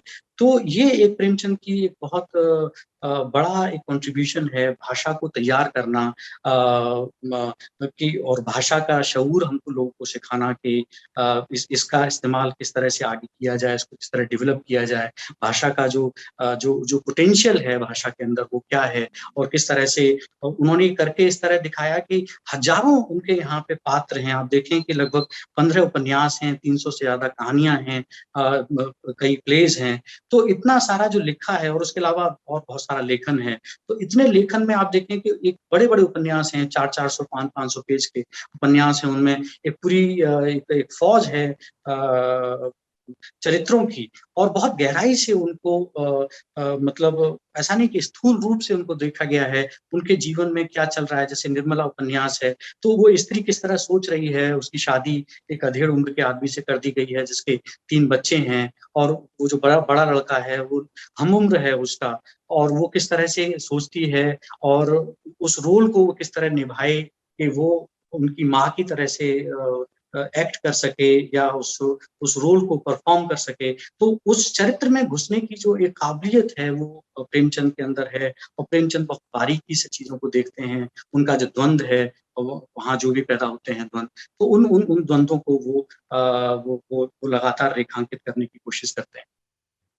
तो ये मतलब कुछ और बातें मुझे नहीं पता समय मेरे पास कितना है, अगर आप बताएँ कि कुछ और बातें। तो मतलब देखिए कि हिंदी साहित्य को उस तरह से खड़ा करना, कि उसके बाद जो जो पीढ़ी आती है, जो फणीश्वरनाथ रेणु, या जो दूसरे बड़े जो उपन्यासकार हमारे सामने आते हैं, या कहानीकारों की एक बड़ी फ़हरिस्त हमें दिखाई देती है। तो उसकी बड़ी वजह जो मुझे नज़र आती है वो ये कि हमारे पास प्रेमचंद जैसे एक बड़े लेखक हैं, जिन्होंने भारतीय जो समाज है उसको बहुत गहराई में मतलब पकड़ा, और उसकी जो परेशानियाँ, जैसे एक छोटा-सा एग्ज़ाम्पल आप लें कि शतरंज के खिलाड़ी उनकी एक कहानी है, और ये कहानी अवध में जो एक संस्कृति वाजिद अली शाह जो वहाँ के रूलर हैं, उनके क्योंकि वो मतलब जो फाइन आर्ट्स हैं, जो ठुमरी है और दूसरी जो चीज़ें हैं, तो उस तरह की चीज़ों में मशगूल रहते हैं। पूरा जो वातावरण है, वो संगीतमय है, वहाँ साहित्य का बहुत विकास हो रहा है। तो इस तरह की चीज़ों में रहते हैं, तो वहाँ 2 कैरेक्टर्स दिखाते हैं वो, जो कि शतरंज के खेल में, जो जिस पे फ़िल्म भी बनी, सत्यजीत रे ने उस पे काम भी किया। तो आप देखें कि उसमें 2 कैरेक्टर्स हैं, और वो कैरेक्टर्स लगातार शतरंज के खेल में लगे हुए हैं, और वहीं पे वो मात और जो भी कर रहे हैं, जो युद्ध है उनका, वो एक्चुअल में ऑन ग्राउंड नहीं है, बल्कि वो एक खेल का मैदान है। और वो ये देखते हैं कि जब उनके घरवाले परेशान हो जाते हैं, तो वो एक दूर किसी खंडहर में, मस्जिद में जाके, और शहर से बाहर वहाँ खेलने लग जाते हैं, और वहाँ पे भी उनका जो ध्यान है वो सिर्फ़ शतरंज खेलने पे है। तभी वो दिखाई देता है कि अंग्रेज़ों की एक बड़ी सेना लखनऊ की तरफ जा रही है, और एक साथी आगाह भी करता है कि देखो, ये तो सेना आ रही है, और ये क्या होने जा रहा है। तो दूसरा साथी वहीं लगा हुआ है, उसको मतलब नहीं है और वो खेलने में लगा हुआ है। बाद में वो वाजिद अली शाह जो वहाँ का जो एम्परर है, उसको बाकायदे गिरफ्तार करके ले जाते हैं। कोई गोली नहीं चलती, कोई नहीं चलता, मतलब अंग्रेज पूरी तरह से काबिज हो जाते हैं और अंग्रेज जो वो देते हैं, जो एक्सक्यूज देते हैं उसको हड़पने का, जैसे लक्ष्मीबाई के यहाँ उन्होंने कहा कि आपके यहाँ पुत्र नहीं है तो इसलिए हम आपको हड़प लेते हैं। उनके यहाँ कहा कि आप सही रूल नहीं कर रहे हैं, तो अच्छा रूल हम आपको देंगे, इसीलिए अवध को हड़प लेते हैं। तो आप देखें कि इतना उन्नत, इतना जो रिच जो एक एरिया है, उसको बहुत आसानी से हड़प लिया जाता है और दो लोग जो हैं, जो अदरवाइज जो वॉरियर रेस से आते हैं, वो शतरंज खेल रहे हैं। शतरंज खेलते खेलते आपस में लड़ने लग जाते हैं और उनको जो आपसी जो कहना चाहिए कि इज्जत की वजह से एक दूसरे से झगड़ा करते हैं और एक दूसरे को, मतलब वजीर की वजह से वो लड़ते हैं और मारे जाते हैं, आपस में मर जाते हैं। तो जो रियल वजीर है वो तो अंग्रेज उसको पकड़ के ले जा चुके हैं, वो मतलब जा चुका है, उसको हटाया जा चुका है, उससे उन्हें कोई मतलब नहीं है। लेकिन जो एक जो लकड़ी का जो वजीर है जिससे वो खेल रहे हैं, उसके लिए वो जान दे देते हैं। तो आप ये देखें कि इस तरह की अगर समाज व्यवस्था होगी, हम इतने गिर जाएंगे। तो प्रेमचंद मतलब अपनी कहानी के द्वारा ये दिखाते हैं कि जब आपकी हालत इतनी खराब हो गई है कि आप अपनी तलवारों का इस्तेमाल नहीं करेंगे, वो तलवारें जो हैं म्यान में पड़ी पड़ी सड़ जाएंगी और आप अय्याशी में लगे रहेंगे, आप खेल कूद में लगे रहेंगे। तो इससे ज्यादा जो एक मतलब दुर्भाग्य है किसी देश का, वो नहीं हो सकता है। तो ऐसी तमाम कहानियां जिनमें कि जैसे गोदान उनका बड़ा कहना चाहिए कि, या कहें कि हिंदुस्तान का एक मतलब सबसे खूबसूरत उपन्यासों में से या इम्पोर्टेंट उपन्यासों में से है, जिसमें कि दिखाया जाता है कि किस तरह से छोटे छोटे किसान हैं और वो तमाम तरह के षड्यंत्रों से घिरे हुए हैं। वो चाहे धार्मिक षड्यंत्र हों या सूदखोरों के षड्यंत्र हों, और अल्टीमेटली वो किसान भी नहीं रह पाते हैं और मजदूर बन जाते हैं और उनकी पूरी जो पीढ़ियां हैं आने वाली, तो एक जो छोटे किसान हैं, तो ये आज जो कहानियां अगर हम देखें कि कितनी रेलेवेंट हो जाती हैं कि आज हम देखते हैं कि दिल्ली के बाहर 7 महीने से किसान बैठे हुए हैं और सरकार जो है वो खामोश बैठी हुई है या उनको किसान मानने से इनकार करती है। या तो ये प्रेमचंद की 80 साल पहले की सोच, जहाँ पे वो ये दिखाते हैं कि किस तरह से जो पूस की रात है उसमें जो आदमी है वो ये कहता है कि मैं पूरी जिंदगी जो है मरता रहा, खपता रहा, सारा जो कमा कमा के इन बड़े लोगों को दे देता हूँ, मेरे जीने का मतलब उद्देश्य क्या है, महत्व क्या है इस जीने का। तो वो बैठा हुआ रात में ठिठुर रहा है, अपने खेत की रक्षा करने के लिए बैठा है, और जो सूदखोर हैं, जो जमींदार हैं, वो बड़े बड़े महलों में सो रहे हैं। उसका पूरा खेत जो है वो नीलगाय आके बर्बाद कर देती है। उसका कुत्ता वहां जाता है जो कि कोशिश करता है बचाने की, लेकिन वो सोचता है कि नहीं, इसका कोई फायदा नहीं, और वो बहुत खुश होता है कि मेरा खेत जो है सुबह जब उसकी पत्नी वो आती है मुन्नी, तो खुश होता है कि चलो ये कंटक कटा, अब कम से कम जो है वो खेत बोने, उसको देखने, उसकी तमाम तरह की व्यवस्थाएं करने, ये तो नहीं करना पड़ेगा, हम मजदूरी से कम अपना काम चला सकते हैं। लेकिन मजदूर भी किस तरह की जिंदगी जी रहे हैं उसके बारे में भी उन्होंने अपने कई उपन्यासों में, गोदान में ही वो शहर में फैक्ट्रियों का जो हालत है और वहाँ जो मजदूरों की हालत है, तो वहाँ किस तरह की स्ट्राइक्स हो रही हैं, उनको करनी पड़ रही हैं, या उनको स्ट्राइक्स को तोड़ने के लिए जो एक तरह का माफिया है वो किस तरह से काम कर रहा है। तो समाज की सारी बुराइयों पे प्रेमचंद की नजर है, और प्रेमचंद जो सबसे ज्यादा अगर किसी पे उनकी नजर है तो वो है धर्म जो है वो किस तरह से इंसानों को बेवकूफ बनाए हुए है। जो बड़े बड़े जो मतलब जो ब्राह्मण जो हैं वो किस तरह से शोषण कर रहे हैं आम जनता का। वो दूसरों से ये कहते हैं कि आपको क्या स्वर्ग नहीं जाना है, क्या आपको मतलब जो दूसरी दुनिया है उसकी तैयारी कैसे करोगे। लेकिन ये सब जानते हुए वो उस किस तरह के शोषण में, आम जनता के शोषण में लगे हुए हैं। तो ये मतलब चीजों को प्रेमचंद लगातार इन बातों को कहने से हिचकते नहीं हैं। तो और मुझे लगता है कि जो ताकत हम लोगों को लिखते हुए, कविताएं या कहानियां लिखते हुए जो मिलती है, वो प्रेमचंद जैसे अपने बड़े पुरोधा से ही मिलती है, जहाँ वो बिना किसी तरह की डर के, बिना ये सोच के कि उनका क्या कोई बिगाड़ेगा, वो अपनी बात को पूरी शिद्दत, पूरी ईमानदारी और पूरी ताकत से कहते हैं। तो मतलब एक लेखक का जो एक प्रमुख भूमिका है, उसका जो कमिटमेंट है, वो अपनी जनता से है, अपने लोगों से है, जिन जिन लोगों के बीच से वो आता है। वो किसी राजा या किसी सत्ता के लिए नहीं लिखता है, वो कोई दरबारी लेखक नहीं है। तो ये जो बातें हैं, ये मतलब मुझे लगता है कि मुख्य बातें हैं जिनको हमें प्रेमचंद से सीखने की ज़रूरत है कि हम किस तरह से अपने विचारों को सत्ताओं, राज्यों, धर्मों या किसी भी तरह की जो विचारधाराओं से, जो प्रोग्रेसिव आइडियाज़ अगर नहीं हैं, तो उनसे अपने आप को मुक्त करें। तभी समाज की गति हो सकती है, हमारी अपनी जो है गति हो सकती है और हम एक अच्छे समाज की संकल्पना या अच्छे समाज का निर्माण कर सकते हैं। मुझे लगता है कि बहुत समय मैंने ले लिया है। बहुत-बहुत शुक्रिया। बहुत बहुत धन्यवाद सर, हमें हिंदी साहित्य से प्रेमचंद जी से इतने नजदीक से सम्मुख कराने के लिए।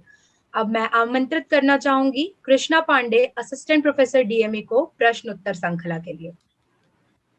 Thank you so much sir, बहुत बहुत धन्यवाद। आपने हमें इतने विस्तार से मुंशी प्रेमचंद जी के बारे में और उनकी कहानियों का और उन समाज से उनका जो परिचय कराया, बहुत बहुत धन्यवाद सर। तो सवाल तो है मेरे पास कुछ। पहला सवाल जो है वो स्टूडेंट्स, एक हमारे विद्यार्थी का ही है। उनका आपसे ये पूछना है कि हिंदी साहित्य में इतना सूनापन क्यों आ गया? कहाँ गए वो बड़े बड़े जो लेखक थे, प्रेमचंद जी, आपकी सुभद्रा कुमारी चौहान जैसे लेखक, अब क्यों नहीं आते हैं सर? देखिए, बहुत वाजिब सवाल उन्होंने पूछा है। उतना सूनापन नहीं है। मैं जब आप ये कह रही हैं तो मेरे सामने बहुत बड़े-बड़े नाम जो हैं, वो जो आज भी हमारे बीच में हैं, वो मुझे दिखाई दे रहे हैं, जिनसे हम मिलते रहते हैं। लेकिन ये एक सच है, देखिए हमारा ये जो साहित्य का जो स्पेस है, इसको दूसरे तरह के स्पेसेस ने घेर लिया है। वो चाहे मतलब इंटरनेट के आने के बाद दूसरे तरह के जो इंटरेस्ट हैं उसने, या जो कहें कि स्पोर्ट्स ने एक बहुत बड़े पैमाने पे हमारे जो एक खाली वक़्त था उसको उसको रख लिया है, या दूसरी तरह की जो हमारे इंटरेस्ट हैं उसने ले लिया है। और या ये भी कह सकते हैं कि कुछ 2 तरह की चीज़ें हमें देखने को मिल रही हैं। एक सीरियस लिटरेचर है और एक इस तरह का लिटरेचर है जहाँ पे जो थोड़े से हँसी-मज़ाक करने के लिए मतलब एक पूरा एक विधा मतलब तैयार हो गई है, जहाँ पे लोगों को ये लगता है कि सिर्फ़ गुदगुदाना, लोगों को हँसी-मज़ाक करना, जहाँ विचार ना हो, इस तरह का बनाना, क्योंकि लोग पहले से ही परेशान हैं, ऑफ़िसेज़ में काम करते हैं। तो ये बात हमें हमारी फ़िल्मों में भी देखने को मिली कि वो जो राज कपूर की जो फ़िल्में थीं, दिलीप कुमार की जो फ़िल्में थीं, वो नहीं रहीं बाद में। उनमें उनमें तब्दीली आई, ओमपुरी और नसीरुद्दीन शाह की कुछ फ़िल्में बचीं, लेकिन वो भी हमने मेन स्ट्रीम जो फ़िल्में हैं उसमें उनकी शुमार नहीं की। फिर बाद में हमने गोविंदा और दूसरे लोगों की फ़िल्म देखने लगे, और अब तो लगता है मुझे कोई उनका थीम नहीं है किसी तरह की। जो एक साउथ इंडिया में जो फ़िल्म चलती थी, जहाँ एक एक्शन ओरिएंटेड या कुछ भी मतलब चलता है, वैसा जो ये हो गया है। तो हमारी जो एक कहना चाहिए कि जिस तरह से हमें जो चीज़ें परोसी गई हैं, उसने हमारे टेस्ट को इस तरह से कर दिया है, और कि हमें जो सही जो लेखक हैं, वो दिखाई नहीं दे रहे हैं। और उन लेखकों को मैं नहीं जाना चाहूँगा जो पॉलिटिकल या दूसरी जो वजहें हैं। क्योंकि देखिए, जो सीरियस लेखक होता है प्रेमचंद, अगर आपको लगता है कि प्रेमचंद, अगर आज प्रेमचंद होते, तो मैं दावा दे सकता हूँ कि वो जेल में होते। कोई मतलब उम्मीद नहीं थी इस बात की कि प्रेमचंद बाहर रह के ये काम कर रहे होते। मतलब मैं दावा दे सकता हूँ किसी भी समाज में रह के, मतलब कोई एक सरकार नहीं, किसी भी सरकार के यहाँ अगर प्रेमचंद है, तो प्रेमचंद खुला नहीं छोड़ा जा सकता। तो जो स्थिति है जहाँ पे हम देखते हैं कि बहुत सारे हमारे जो लेखक हैं, दाभोलकर, पानसरे और कई सारे लोग, मतलब यहाँ भी, पाकिस्तान में भी, बांग्लादेश में भी, है ना? और मारे जाते हैं, या फैज़ या दूसरे जो लोग हैं, उनको जेलों में ठूँस दिया जाता है। तो ऐसी स्थिति में लगातार जब हम उनको साइडलाइन करते हैं तो उनको स्पेस भी नहीं देते हैं। तो लेखक हैं, बहुत सारे कवि मतलब मौजूद हैं और बहुत ही उम्दा, मतलब मैं कह सकता हूँ कि हिंदी कविता में तो खास तौर पे एक बड़ा अच्छा दौर है।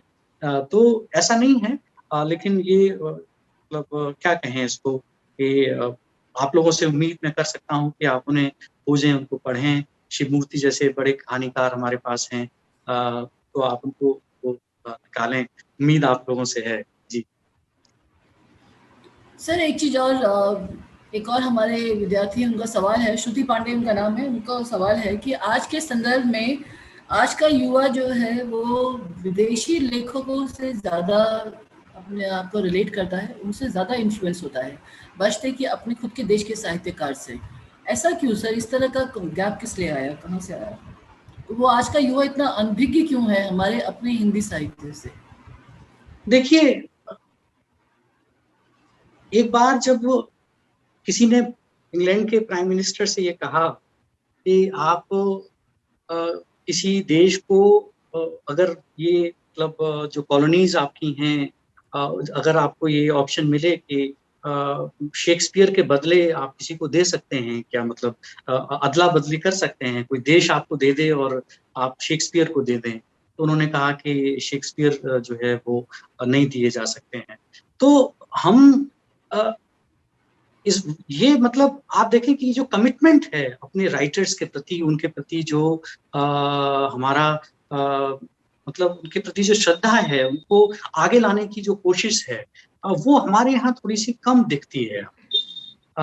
और इसी की वजह है कि दूसरे जो लेखक हैं, दूसरे जगहों के जो लेखक हैं, न सिर्फ वहाँ के समाज में उनकी उस तरह की इज्जत है, बल्कि वहाँ की सरकारें भी कोशिश करती हैं। मैं ये बात इसलिए कह सकता हूँ कि मैंने 2-3 इस तरह के प्रोजेक्ट्स किए हैं, जहाँ पे एक जो ख्वाहिश है नामुमकिन की जो किताब मैंने ट्रांसलेट की, उसमें 13वीं शताब्दी जर्मन कविता से लेके 21वीं शताब्दी की जो जर्मन कविता का पूरा जो एक यात्रा है, उसमें लगभग 300 कविताओं को मैंने ट्रांसलेट किया, जो मैक्स मुलर भवन ने मेरे से कराया और ऑस्ट्रेलियन गवर्नमेंट ने भी कराया। अभी मैं पोर्चुगीज एक पोइट हैं फर्नांडो पेसुआ, उनको ट्रांसलेट कर रहा हूँ हिंदी में, और वो दिल्ली विश्वविद्यालय के सिलेबस में पढ़ाई जाएंगे। तो मतलब ये कि, और आप विश्वास नहीं करेंगे आप लोग कि जो कार्लोस जो यहाँ पुर्तगाल के राजदूत हैं, उन्होंने मुझे बुलाया और मेरे साथ एक बहुत ही इनफॉर्मल किस्म की एक मीटिंग की और मैसेज किया मुझको कि मैं आपसे मिलना चाहता हूँ, और उन्होंने कहा कि आप फर्नांडो पेसुआ को ट्रांसलेट करें। और ये जान के आप आश्चर्यचकित होंगे, मतलब एक राजदूत एक व्यक्ति से, टीचर से कह रहा है। तो हमारे यहाँ के कितने ऐसे लोग हैं, राजनेता या दूसरे लोग, जो एक शिक्षक को इस तरह से इतनी अहमियत दें, उसको ये कहें कि इन लेखकों को हमें ऊपर उठाना है, उनको आगे बढ़ाना है। फर्नांडो पेसुआ एक बड़े लेखक हैं, और मैं आपको एक छोटा सा एक एग्जाम्पल इस बात का दूंगा कि कितनी पॉपुलैरिटी है, कि वहाँ का जो क्रेडिट कार्ड है, जो उनकी जो मेन क्रेडिट कार्ड है, उस पर उनके फोटोग्राफ छपा हुआ है। क्या ये पॉसिबिलिटी हमारे यहाँ है कि किसी कवि का, प्रेमचंद का, कबीर का, तुलसी का या किसी और का, मतलब इस तरह से इतना सम्मान हो? तो देखिए, समाज कहीं ना कहीं वही पाता है जो जिसकी वो कोशिश करता है। तो बाहर के जो देश हैं, खासकर जो यूरोपियन कंट्रीज हैं, वहाँ अगर छोटा छोटा कोई लेखक भी है, मुझे कई ऐसी भाषाएं हैं जहाँ 10 लाख, 15 लाख, 20 लाख लोग बोलने वाले हैं, उसको उन्होंने प्रिजर्व किया है, उन लेखकों को प्रिजर्व किया है। हमारे यहाँ हजारों भाषाएं हैं दरअसल, हाँ?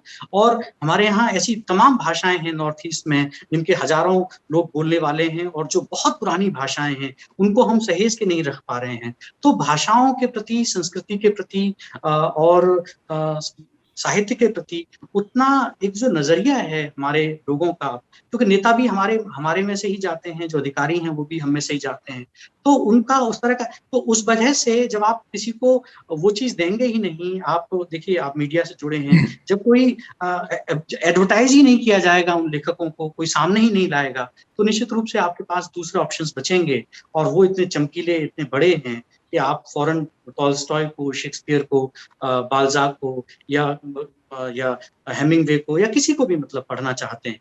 तो ये एक मुख्य वजह है जो थोड़ी सी दुख भरी। सर एक और आखिरी सवाल लूंगी, और उसके बाद मैं सुचि और प्रांजलि को आमंत्रित करूंगी वो कार्यक्रम को आगे बढ़ाएं। एक छोटा सा सवाल जो हमारे विद्यार्थी ने पूछा है कि हमेशा हिंदी साहित्य के साथ एक सौतेला व्यवहार क्यों होता है, अगर उसकी तुलना हम अंग्रेजी साहित्य के साथ करें तो? नहीं, देखिए वो उस तरह से मुझे लगता है कि नहीं, हमें देखिए हम एक कॉलोनाइजेशन जो है, गुगी वा थियांगो एक अफ्रीकन राइटर है, नाइजीरियन, केनियन, तो उनकी डीकोलोनाइजिंग द माइंड एक किताब, और उसमें उन्होंने ये कहा कि किस तरह से हम अपनी जो मातृभाषाएं हैं उनमें लिखी हुई जो ज्ञान है उसको हम खुद ही नीचे गिराते चलते हैं, क्योंकि हम कॉलोनाइज हुए, और कॉलोनाइजेशन की एक बड़ी वजह ये है कि हम ये मानते हैं कि वो हमसे ज्यादा बड़ी अच्छी रेसेस थी, और यही उन्होंने प्रोपेगेट भी किया। जो एडवर्ड सईद जो एक बड़े ओरिएंटलिस्ट हुए, इन्होंने ओरिएंटलिज्म की किताब है, जो जो जो फिलिस्तीनी मतलब थिंकर थे और जो अमेरिका में पढ़ाते थे, तो उन्होंने जब पूरी इसकी स्टडी की तो ये पाया कि इस तरह से लगभग 15वीं 16वीं और बाद की जो शताब्दियां हैं वो लगातार जो ट्रेवलर्स वहां से आते थे यूरोप से और अफ्रीका और अरब में और हिंदुस्तान और इन जगहों पे, और यहाँ से इंफॉर्मेशन कलेक्ट करके ले जाते थे, उन्होंने लगातार इस तरह की चीजें लिखी कि वो लोग हमसे बहुत इंफीरियर हैं, और उन चीजों को हमारे बीच में भेजा, और उस ज्ञान को, वो जो वहां का उनका जो परसेप्शन था उसको हमने इंटरनलाइज किया। ये सदियों का काम है, ऐसा नहीं कि सिर्फ ये हिंदुस्तान के कॉन्टेक्स्ट में है। एडवर्ड सईद को या गुगी वा थियांगो को जब आप पढ़ेंगे तो आपको लगेगा करे, या फ्रेंड्स फैनन को जो मतलब जो लेखक हैं, इनको आप पढ़ेंगे तो आपका दिमाग खुल जाएगा कि अरे ये तो इतनी बड़ी समस्या जो हमें दिख रही है हिंदी और अंग्रेजी के संदर्भ में, ये समस्या तो वहां भी खड़ी हुई है। और आप विश्वास नहीं करेंगे कि गुगी जो है खुद अंग्रेजी के प्रोफेसर हैं, एक अमेरिकन यूनिवर्सिटी में फ्रांस से पढ़े, और उन्होंने ये तय किया कि मैं आज के बाद कभी भी जो है वो अंग्रेजी में नहीं लिखूंगा, और उन्होंने मतलब एक कुछ लेखन करने के बाद ये तय किया, और उन्होंने कभी भी वो अंग्रेजी में नहीं लिखते, उसको ट्रांसलेट कर देते हैं, दूसरे काम कर देते हैं, लेकिन उनकी जो प्राइमरी कमिटमेंट है वो अपनी भाषा के साथ है। तो इस तरह के लेखक हमारे पास कम हैं। मतलब मैं ये अपने बारे में भी ये कह सकता हूँ कि मैं अंग्रेजी पढ़ाता हूँ, 20 साल से अंग्रेजी पढ़ाता हूँ, लेकिन जो जहाँ तक क्रिएटिव राइटिंग की बात है, मैंने शुरुआती दौर में 1-2 कविताएं लिखने के बाद मैंने आज तक एक भी लाइन अंग्रेजी में नहीं लिखी है। मतलब I do right in English critical essays, I translate into English, my Indian Hindi writers into English, and I translate from English into Hindi, but I don't write anything. तो ये जो कमिटमेंट है कि आप अपनी मातृभाषा को, अपने लोगों को आप क्या उनसे कनेक्ट करना चाहते हैं, अगर आप ये मानते हैं तो फिर आप इस तरह के जो साहित्य के बीच में जो ये ऊंचाई और नीचाई वाली जो बात है वो नहीं होगी। तो कहीं ना कहीं हमारा जो एक कॉलोनाइज्ड जो माइंड सेट है वो उसके लिए अभी भी उत्तरदायी है, और उसको हमें तोड़ना पड़ेगा, उसको डीकोलोनाइज करना। जी बहुत बहुत धन्यवाद सर, आपने जो इतने विस्तार से हमारे सवालों का जवाब दिया। अब मैं सुचि और प्रांजलि से अनुरोध करूंगी वो कार्यक्रम को आगे बढ़ाएं। धन्यवाद मैम। बैठ जाता हूँ मिट्टी पे अक्सर, क्योंकि मुझे अपनी औकात अच्छी लगती है। ये खूबसूरत पंक्तियां प्रेमचंद जी की सुप्रसिद्ध कविता ख्वाहिश से ली गई हैं। इसी कविता की छोटी सी पटकथा लेकर हमारे सामने आ रहे हैं विशेष कौर, MS दिव्यश्री, ध्रुव अरोड़ा, नैतिक भट्ट, शुभम सिंह, कृतिका मौर्य। कविता को आवाज दी है ऋषभ पटेल। निर्देशन प्रिया मिश्रा, सुहानी सरीन। ख्वाहिश नहीं मुझे मशहूर होने की, आप मुझे पहचानते हो, बस इतना काफ़ी है। अच्छे ने अच्छा और बुरे ने बुरा जाना मुझे, क्योंकि जिसकी जितनी ज़रूरत थी उसने उतना ही पहचाना मुझे। ज़िंदगी का फासला भी कितना अजीब है, शामें कटती नहीं और साल गुजरते चले जा रहे हैं। एक अजीब सी दौड़ है ये ज़िंदगी, जीत जाओ तो कई अपने पीछे छूट जाते हैं, और हार जाओ तो अपने ही पीछे छोड़ देते हैं। बैठ जाता हूँ मिट्टी पर अक्सर, क्योंकि मुझे अपनी औकात अच्छी लगती है। मैंने समंदर से सीखा है जीने का सलीका, चुपचाप से बहना और अपनी मौज में रहना। ऐसा नहीं कि मुझ में कोई ऐब नहीं है, पर सच कहता हूँ मुझ में कोई फरेब नहीं है। जल जाते हैं मेरे अंदाज से मेरे दुश्मन, क्योंकि एक मुद्दत से मैंने ना मोहब्बत बदली और ना दोस्त बदले हैं। एक घड़ी खरीद कर हाथ में क्या बांध ली, वक्त पीछे ही पड़ गया मेरे। सोचा था घर बनाकर बैठूंगा सुकून से, पर घर की ज़रूरतों ने मुझे मुसाफिर बना डाला। सुकून की बात मत करे गालिब, सुकून की बात मत करे गालिब, बचपन वाला एतबार अब नहीं आता। जीवन की भाग दौड़ में क्यों वक्त के साथ रंगत खो जाती है, हंसती खेलती जिंदगी भी आम हो जाती है। एक सवेरा था जब हंसकर उठा करते थे हम, और आज कई बार बिना मुस्कुराए ही शाम हो जाती है। कितनी दूर निकल गए रिश्तों को निभाते निभाते, खुद को खो दिया हमने अपनों को पाते पाते। लोग कहते हैं हम मुस्कुराते बहुत हैं, और हम थक गए अपने दर्द छुपाते छुपाते। खुश हूं और सबको खुश रखता हूं, लापरवाह हूं फिर भी सबकी परवाह करता हूं। मालूम है कोई मोल नहीं है मेरा, फिर भी कुछ अनमोल लोगों से रिश्ता रखता हूं।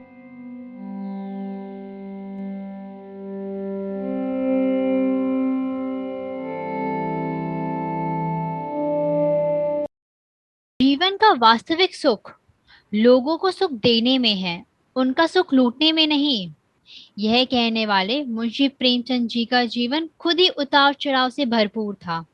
उनके उसी फूल कांटो उतार चढ़ाव से भरे जीवन का नाट्य रूप प्रस्तुत करने आ रहे हैं शुभम सिंह, महिमा गुप्ता, सुहानी सरीन, कृतिका मौर्य, नैतिक भट्ट, अवनी जैन। निर्देशक कथानक शुभम सिंह है। लिखते तो वो लोग हैं जिन्हें अंदर कुछ दर्द है, अनुराग है, लगन है, विचार है। जिन्होंने धन और भोग विलास को जीवन का लक्ष्य बना लिया, वह क्या लिखेंगे। सन 1880 बनारस की गलियां किलकारियों से कहानियों में कब बदल गई पता ही नहीं चला, और धनपत राय का सफर प्रेमचंद से कब बदल गया ये भी नहीं पता चला। और आज भी उनकी कहानियां हर घर में फूलों की तरह खिलती है। और उन्होंने जिस जमाने में कलम उठाई थी, उस जमाने में तो लोगों का बचपन गुजर रहा होता है, लेकिन उन्होंने तो इतनी अच्छी अच्छी कहानियां लिखी, सबको बहुत नई सीख दी और कुछ ना कुछ करने का एक लक्ष्य दिया है। उनको यूं ही नहीं जिंदा सितारा कहा जाता है। उन्होंने बहुत काम किए है, बहुत तरक्की की है, अलग अलग कहानियां लिखी है, बहुत संघर्ष सहा है, उसके बाद ही वो इतने महान कलाकार बन पाए हैं। और आज भी उनकी कहानियां ऐसी ही है जो कि अच्छी अच्छी सीख देती है। उनको यूं ही नहीं विरासत में कोई चीज़ मिली हुई थी, उनको सब कुछ कमाना पड़ा था। वो अपनी ना माँ की कोख का जानते थे, ना ही वो जानते थे कि माँ का प्यार क्या होता है। वो सिर्फ जानते थे तो अपना लक्ष्य और संघर्ष कैसे करना है ये। पर आज वो अच्छे कलाकार है, ये हम सब जानते हैं। और उनकी माँ का प्यार, ये सब तड़प उनकी कहानियों में आज भी नजर आता है। करना क्या, तेरी माँ ने तेरे को यही सिखाया था, इतनी देर देर तक सोना, उठ जाके काम कर घर का जाकर।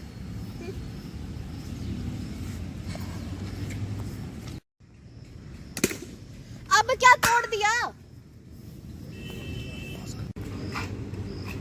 खड़ा क्या कर रहा है ये? तेरी माँ ने तेरे को यही सिखाया, कुछ काम ढंग से नहीं होता। जब से नुकसान पे नुकसान करे जा रहा है। एक काम होता है, चार काम बिगाड़ देता है।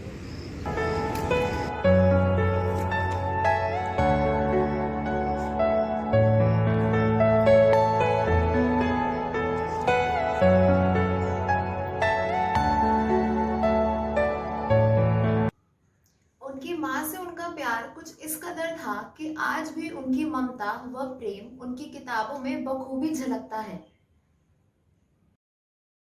वो दौर ही कुछ ऐसा था जब अजीब नियम बना दिया, मुझ जैसे बेचारे को रिवाजों तले दबा दिया। छोटी सी उम्र के थे भूले भाले भाव, अनजाने में खेल गए शादी का दांव। मास्टर जी, ये आपके लिए। शुक्रिया।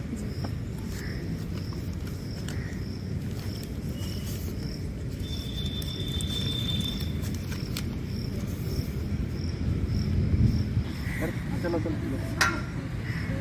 अरे क्या बात है प्रेमचंद, बड़े परेशान नजर आ रहे हो। नहीं मास्टर जी, कुछ नहीं। नहीं, अगर गाँव की याद आ रही हो तो बताओ, चले जाओ, कोई दिक्कत नहीं है।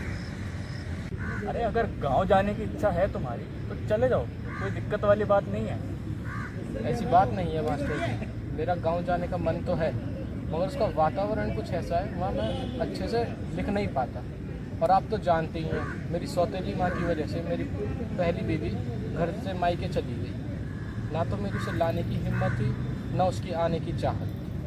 उस ज़माने में जब विधवा को कोई अपने घर पे नहीं रखना चाहता था, जब समाज उन्हें एक अपशगुन के रूप में देखते थे, तब मुंशी प्रेमचंद जी ने एक विधवा और उसकी बेटी को अपनाया।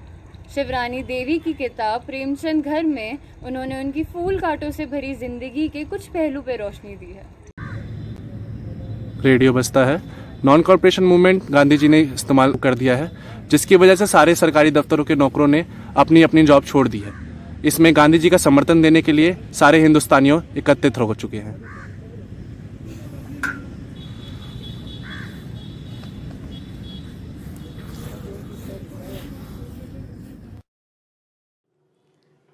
आ जाओ फिर से प्रेमचंद, जिसको हर खूबी प्यारा हो, हमीर आंखों का तारा हो, जो गबन लिखे गोदान लिखे, भारत माता की शान लिखे, जो लिखे दर्द हर बुधिया का, निर्धन की टूटी खतिया का, गिल्ली डंडा का खेल लिखे, फुस की रात की झेल लिखे, हकीम की कड़वी बात लिखे, हर कुरी किनों की घाट लिखे, जो रंग भूमि का मंच लिखे, जो परमेश्वर है उनका पंच लिखे, जो सूद महाजन का लेख दे, जो खजरी सावन का लेख दे, जो नई दिशा दे, जिन जिन शब्दों में ढले, हर मन को हर मन का जो मन में बने, जीवन का मधुर संगीत बने, है पुनः जरूरत प्रेमचंद, आ जाओ फिर से प्रेमचंद, आ जाओ फिर से प्रेमचंद।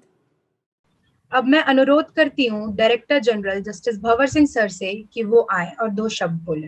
देवियों और सजनों, डॉक्टर कौशल के बहुत ही भावपूर्ण और बड़ी गहरी छानबीन के बाद मुंशी प्रेमचंद का कुछ शायद शेष नहीं बचा है।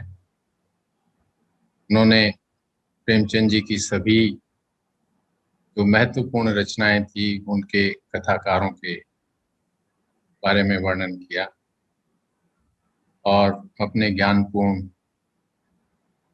वैभव से हम सबको परिचित कराया।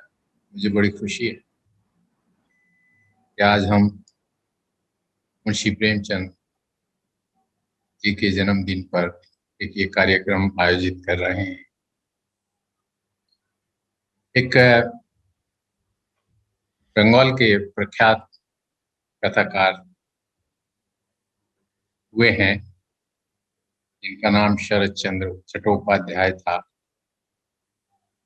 बहुत बड़े उपन्यासकार थे। उन्होंने मुंशी प्रेमचंद जी को उपन्यास सम्राट कहकर संबोधित किया था। इतनी बड़ी बात उन्होंने कही। प्रेमचंद जी ने हिंदी कहानी और उपन्यास की एक ऐसी परंपरा का विकास किया जिसने पूरी सदी के साहित्य का मार्गदर्शन किया।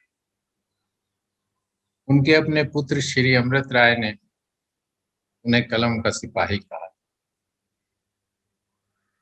मुंशी प्रेमचंद एक स्कूल इंस्पेक्टर थे, मगर उन्होंने, जैसा कौशल जी ने बताया, सरकारी नौकरी को तिलांजलि दे दी थी। वो इसलिए दे दी थी कि उनको सरकार की नीतियां बिल्कुल पसंद नहीं, और अपने उपन्यासकारों में भी उन्होंने अपनी क्रांतिकारी जो उनके भाव थे उनका उद्बोधन किया है। प्रेमचंद उर्दू का संस्कार लेकर हिंदी की ओर आए थे और हिंदी के महान लेखक बने। हिंदी को अपना खास मुहावरा और खुलापन दिया। कहानी और उपन्यास दोनों में युगांतरकारी परिवर्तन किए। उन्होंने साहित्य में सामयिकता प्रबल आग्रह स्थापित किया। आम आदमी को उन्होंने अपनी रचनाओं का विषय बनाया और उनकी समस्याओं पर खुलकर कलम चलाते हुए उन्हें साहित्य के नायकों के पद पर आसीन किया। सोजे वतन नामक पुस्तक को लिखकर उन्होंने जो हिंदुस्तान की जनता की, समाज की जो पीड़ा थी, उसको उजागर किया। उस वक्त के उस जिले के जिला कलेक्टर ने किताब को तो जरूर बंद कर दिया, उनकी प्रतियां भी जब्त कर ली, परंतु उन्होंने वो चाहते तो उनको जेल भी भिजवा सकते थे, परंतु उन्होंने ऐसा नहीं किया। क्यों? क्योंकि वो एक अच्छे लेखक का, एक ज्ञानी मानी लेखक का आदर करते थे। धमकी भी दी, धमकाया भी कि आप आइंदे नहीं लिखेंगे, परंतु ये प्रेमचंद की प्रतिभा का सम्मान था कि उन्होंने जेल नहीं भेजा। प्रेमचंद दूसरे नाम से जब तक प्रेमचंद के तौर पर नहीं, नवाब राय के नाम से प्रसिद्ध थे, क्योंकि अपनी शुरुआत उन्होंने उर्दू के उपन्यासों से, कहानियों से, लेखन से की थी, इसलिए नवाब राय नाम बड़ा अच्छा लगता था। मगर अच्छा हुआ कि जब वो हिंदी की तरफ झुके तो वो प्रेमचंद कहलाए। कहते हैं उन्होंने अपने नाम के सामने मुंशी कभी नहीं लिखा। मुंशी खासकर उनकी अपनी जाति के लोगों में बहुत ही एक सम्मान सूचक शब्द है, परंतु वो कभी नहीं लिखते थे। दरअसल हंस नामक एक पुस्तिका को प्रेमचंद जी और एक उनके साथी थे जो मुंशी के नाम से ज्यादा जाते थे, तो उनकी कहानियों के नीचे या कथा जो भी वो उसमें लिखते थे, लेखनी लिखते थे, एक तरफ मुंशी शब्द होता था, दूसरी तरफ प्रेमचंद होता था। ये दो व्यक्ति थे, परंतु कालांतर में लोग उन्हीं को मुंशी प्रेमचंद कहकर पुकारने लगे और इस तरीके से वो मुंशी प्रेमचंद बने। मुंशी तो वाकई थे ही, सम्मान सूचक शब्द के वो बहुत ही अग्रणी थे। अपनी रचनाओं में खुलकर उन्होंने समाज की समस्याओं, गरीबी, कर्जखोरी, जमींदारी, भ्रष्टाचार, सांप्रदायिकता, उपनिवेशवाद पर वो आजीवन लिखते रहे। प्रेमचंद की ज्यादातर रचनाएं आम भारतीय के ऊपर लिखी जाती थी, और ये भी गलत नहीं है कि वे आम भारतीय के ही रचनाकार थे। उनकी रचनाओं में वे नायक हुए जिसे भारतीय समाज अछूत और घृणित समझता है। उन्होंने सरल, सहज और आम बोलचाल की भाषा का प्रयोग किया और अपने प्रगतिशील विचारों को दृढ़ता से तर्क देते हुए समाज के समक्ष प्रस्तुत किया। 1936 में प्रगतिशील लेखक संघ के पहले सम्मेलन की अध्यक्षता करते हुए उन्होंने कहा था कि लेखक स्वभाव से प्रगतिशील होता है, क्योंकि वो अपनी कहानियों में, अपने उपन्यासों में, अपने नाटक में प्रगति के साथ आगे बढ़ता है, अपनी कहानी को प्रगति के साथ आगे बढ़ाता है।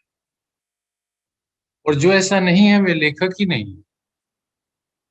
यानी लेखक और प्रगति दोनों एक दूसरे के पर्यायवाची।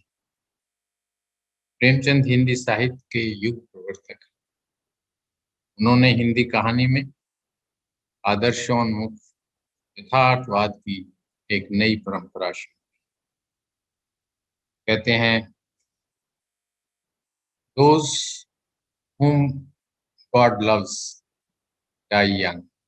ये एक इंग्लिश की कहावत है और वो मुंशी प्रेमचंद जी के जीवन में कुछ सही उतरी। बहुत ही कम उम्र में, 56 वर्ष की उम्र में उनका निधन हुआ। अगर वो इतनी जल्दी उनका निधन ना होता तो समाज को और बहुत सारी कहानियां और बहुत से उपन्यास मिलते। उनके कुछ कहानियों और उपन्यासों का डॉक्टर कौशल ने जिक्र किया। मैंने मेरे बचपन के किसी हिंदी के कोर्स में लॉटरी नामक एक कहानी थी। जब मैंने उसको करीब करीब 2/3 पढ़ा तो मैं लॉटरी से खुश होता रहा। मगर ये मुझे बाद में पता लगा कि वो एक सटायर था, वो एक व्यंग था कि जो बाबा उघड़ के यहाँ जाता है लॉटरी उसी की लगती है, जो उसके पत्थर खाता है लॉटरी उसी की लगती है। इतना बड़ा व्यंग था। और हमारे समाज में वाकई इतनी बुराइयां, इतनी कुरीतियां भरी हुई थी।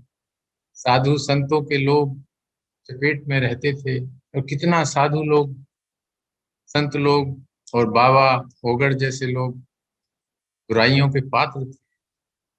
वो मुंशी प्रेमचंद ने देखा और उसको उजागर किया। भाइयों बहनों, उनकी गुल्ली डंडा भी एक मुझे बहुत पसंद आई थी कहानी। और अब समय कुछ कम लग रहा है। डॉक्टर कौशल जी ने भी अपना इसीलिए जल्दी ही समाप्त किया अपना भाषण। परंतु ये एक सही है, उनका कहना सही है, मुंशी प्रेमचंद एक क्रांतिकारी युगांतर थे। वो बहुत ही समाजवादी भी, समाज के सेवा के तौर पर वो अपनी कहानियां लिखते थे ताकि समाज के लोगों का उद्धार हो सके। और जैसे मैंने कहा, नारी के प्रति वो बहुत आस्था रखते थे। बाल विवाह, बाल विधवा विवाह के वो समर्थक थे। जबकि बंगाल में जो है सतियों और राजस्थान में सती होने का एक रिवाज था, एक कुरीति थी, उसको भी उन्होंने राजा राम मोहन राय की तरह से उसको उजागर किया और उसके खिलाफ अपनी आवाज उठाई और एक बाल विधवा से शादी करके ये दिखा दिया, ये विधवाएं ये एक अभिशाप, ये ऐसा नहीं है कि इसको अपने समाज कुरीतियों से जो पैदा हुई हैं कुरीतियां, उनको दूर करके नारी का सम्मान कर सकते हैं। भाइयों बहनों, वाकई मुंशी प्रेमचंद जैसे कभी कभी किसी किसी युग में पैदा होते हैं। और एक बहुत जो पहला ही प्रश्न था, बड़ा अच्छा सुंदर प्रश्न था कि आजकल क्यों ऐसे हमारे उपन्यासकार नहीं है। कौशल जी ने बताया है तो, मगर उनकी इतनी रिकॉग्निशन आजकल नहीं है क्योंकि समाज में दूसरी तरह की टीवी के आ जाने से और हर वक्त टीवी में कुछ ना कुछ वायलेंस या कोई ऐसी चीजें दिखाई जाती हैं जिसमें आदमी हो जाता है। तो उनकी वजह से जो हमारे हिंदी के अच्छे उपन्यासकार हैं, कहानीकार हैं, वो दबे हुए हैं, वो छुपे हुए हैं। मगर समय आने पर वो आगे आएंगे और कौशल जी जैसे लोग उन्हें आगे लाएंगे। वो स्वयं भी एक अच्छे कहानीकार हैं। मुझे खुशी हुई आज इस मुंशी प्रेमचंद जी के सम्मान समारोह में हिस्सा ले। मैं उनको अपनी श्रद्धांजलि अर्पित करता हूं। धन्यवाद। कलम के जादूगर, अच्छा है आज आप नहीं हो, अगर होते तो बहुत दुखी होते। आपने तो कहा था कि खलनायक तभी मरना चाहिए जब पाठक चीख चीख कर कहे कि मारो इसे, पर आजकल तो खलनायक क्या, नायक नायिकाओं को भी जब चाहे तब मार दिया जाता है, फिर जिंदा कर दिया जाता है और फिर मार दिया जाता है। फिर जनता से पूछने का नाटक होता है कि इसे मरा रखा जाए या जिंदा किया जाए। सच, आपकी कमी सदा खलेगी हर उस इंसान को जिसे मोहब्बत है साहित्य से, सपनों से, समाज से, पर समाज के तथकथित सुधारकों से नहीं। हे कलम के सिपाही, आज के दिन आपके छोटे बालक आपके चरणों में श्रद्धा सुमन समर्पित करते हैं। प्रेमचंद जी की इसी खूबसूरत कविता के साथ मैं आज के हमारे कार्यक्रम को विराम देना चाहूंगी और मैं अब आमंत्रित करना चाहूंगी प्रोफेसर डॉक्टर सुस्मिता बाला को कि वो 2 शब्द कहें। थैंक यू सुची। मुंशी प्रेमचंद जी के बारे में बहुत कुछ कहा गया, बहुत कुछ बताया गया। वाकई में मुंशी प्रेमचंद एक विलक्षण प्रतिभा के धनी थे। उन्होंने उर्दू और फारसी का ज्ञान तो मौलवी जी की शिक्षा से प्राप्त कर लिया था, लेकिन उनके जीवन में उतार चढ़ाव इतने ज्यादा आए और इतने अनुभव उनको मिले कि उन्होंने बहुत कुछ उससे सीखा और यही उनकी कहानियों का बेसिक था। बेसिकली उन्होंने इतना ज्यादा जो अनुभव किया अपने गांव में रह के, अपने परिवार में रह के, उसने ही उनको बहुत कुछ सिखा दिया। ये उनकी कहानियों में पूरी तरह नजर आता है, जैसा कि सभी के बोलने से पता चला। और यह सब उनको जो उन्होंने लिखना सीखा, वो कब सीखा? जब वो छोटे थे और उन्हें पढ़ने का शौक सवार हुआ। जो ये जुनून उनको सवार हुआ, तो एक व्यक्ति जिसके पास बहुत सारी पुस्तकें हुआ करती थी, उनके पास वो बराबर जाते थे। और यह जुनून इतना ज्यादा बढ़ा कि उन्होंने मौलाना फैजी की 25,000 पेज पढ़ लिए। और ये जो उनका जुनून था, उन्होंने इसको ही धीरे धीरे फिर अपने लेखन में परिवर्तित कर दिया, क्योंकि जब आपको एक पढ़ने का जुनून हुआ तो लिखने का भी अपने आप उससे उनको बढ़ावा मिला। यहाँ पर मैं ये कहना चाहूंगी कि संजीव कौशल जी ने इतनी सारी उदाहरण दिए, इतनी सारी बातें बताई, इतने सारी कहानियों का जिक्र किया, वाकई में बहुत अद्भुत है। और जितना प्रेमचंद जी ने लिखा, जितना सभी ने बातचीत की, डीजी सर ने उनके बारे में काफी कुछ बताया, तो हमें इतना अनुभव उनसे प्राप्त हुआ, इतनी सारी चीजें लोगों ने साझा की। लेकिन एक बात मैं कहना चाहूंगी कि वर्तमान समय में भी उनकी कहानियों का अंश हमें इस समय भी दिखाई दे रहा है। और खासतौर से ग्रामीण परिप्रेक्ष्य में अगर देखा जाए, ग्रामीण क्षेत्रों में देखा जाए, तो वहाँ ये अभी भी है। भले ही जमींदार खत्म हो गए, लेकिन उस तरह के लोग अभी भी हैं जिनकी वजह से ग्रामीण क्षेत्रों में ये सारी चीजें देखने को मिलती हैं। क्योंकि मेरा भी अनुभव है गांव में रहने का, वहाँ की चीजों को देखने का, परखने का। तो मैं ये कह सकती हूँ कि हम चीजों को खत्म करना चाहे, शहरी जीवन अलग होता है, ग्रामीण जीवन अलग होता है। और जहाँ तक लिखने की, पढ़ने की, साहित्यकारों की बात है, वो कभी खत्म नहीं हो सकते, क्योंकि ना तो समाज से कुरीतियों का अंत होना है और ना ही राजनीति और जो भी हमें दिखाई देती हैं चीजें, उनका अंत होना है। तो लेखन तो सदैव चलेगा और साहित्यकार भी हमेशा ही रहेंगे। उनकी पहचान हम सबको सामने लानी है, हम सबको खुद भी आगे आना है इन सब चीजों के लिए।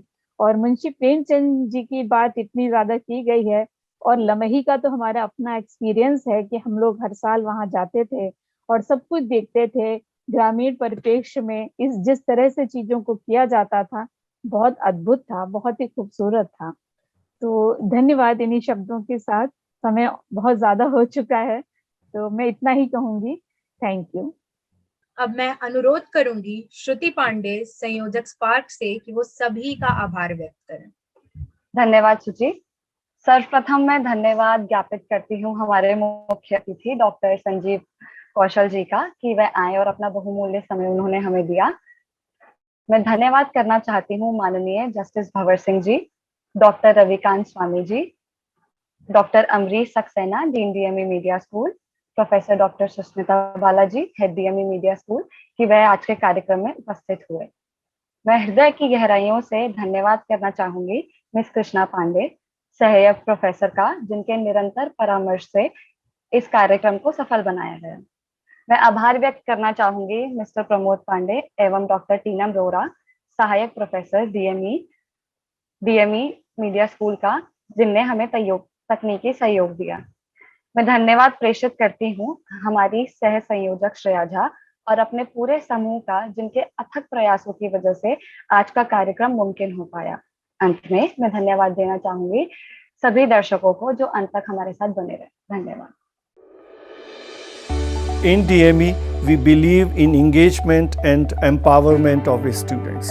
And since the time this COVID-19 struck in 2020, we intensified this whole process. For the education sector, it was a big challenge. At DME, our small dynamic team decided to take this challenge head on. We organized different kind of programs, different webinars wherein the distinguished people from the industry and other walks of life, they are invited to interact with the students. We try to keep them engaged in taking out newsletter, writing stories, editing stories, and not only that, they make posters, they make cartoons, they write pieces for the newsletter. Mentoring Cell at DME is a very unique feature in the ecosystem of education. While the subject teachers forge the knowledge domain strongly, it is the mentors who reach out to students in difficult times. During pandemic, when our students faced loss of their loved ones, home isolation, and several other family issues, mentors ensured that students remain cheerful, lively, and stay connected with us.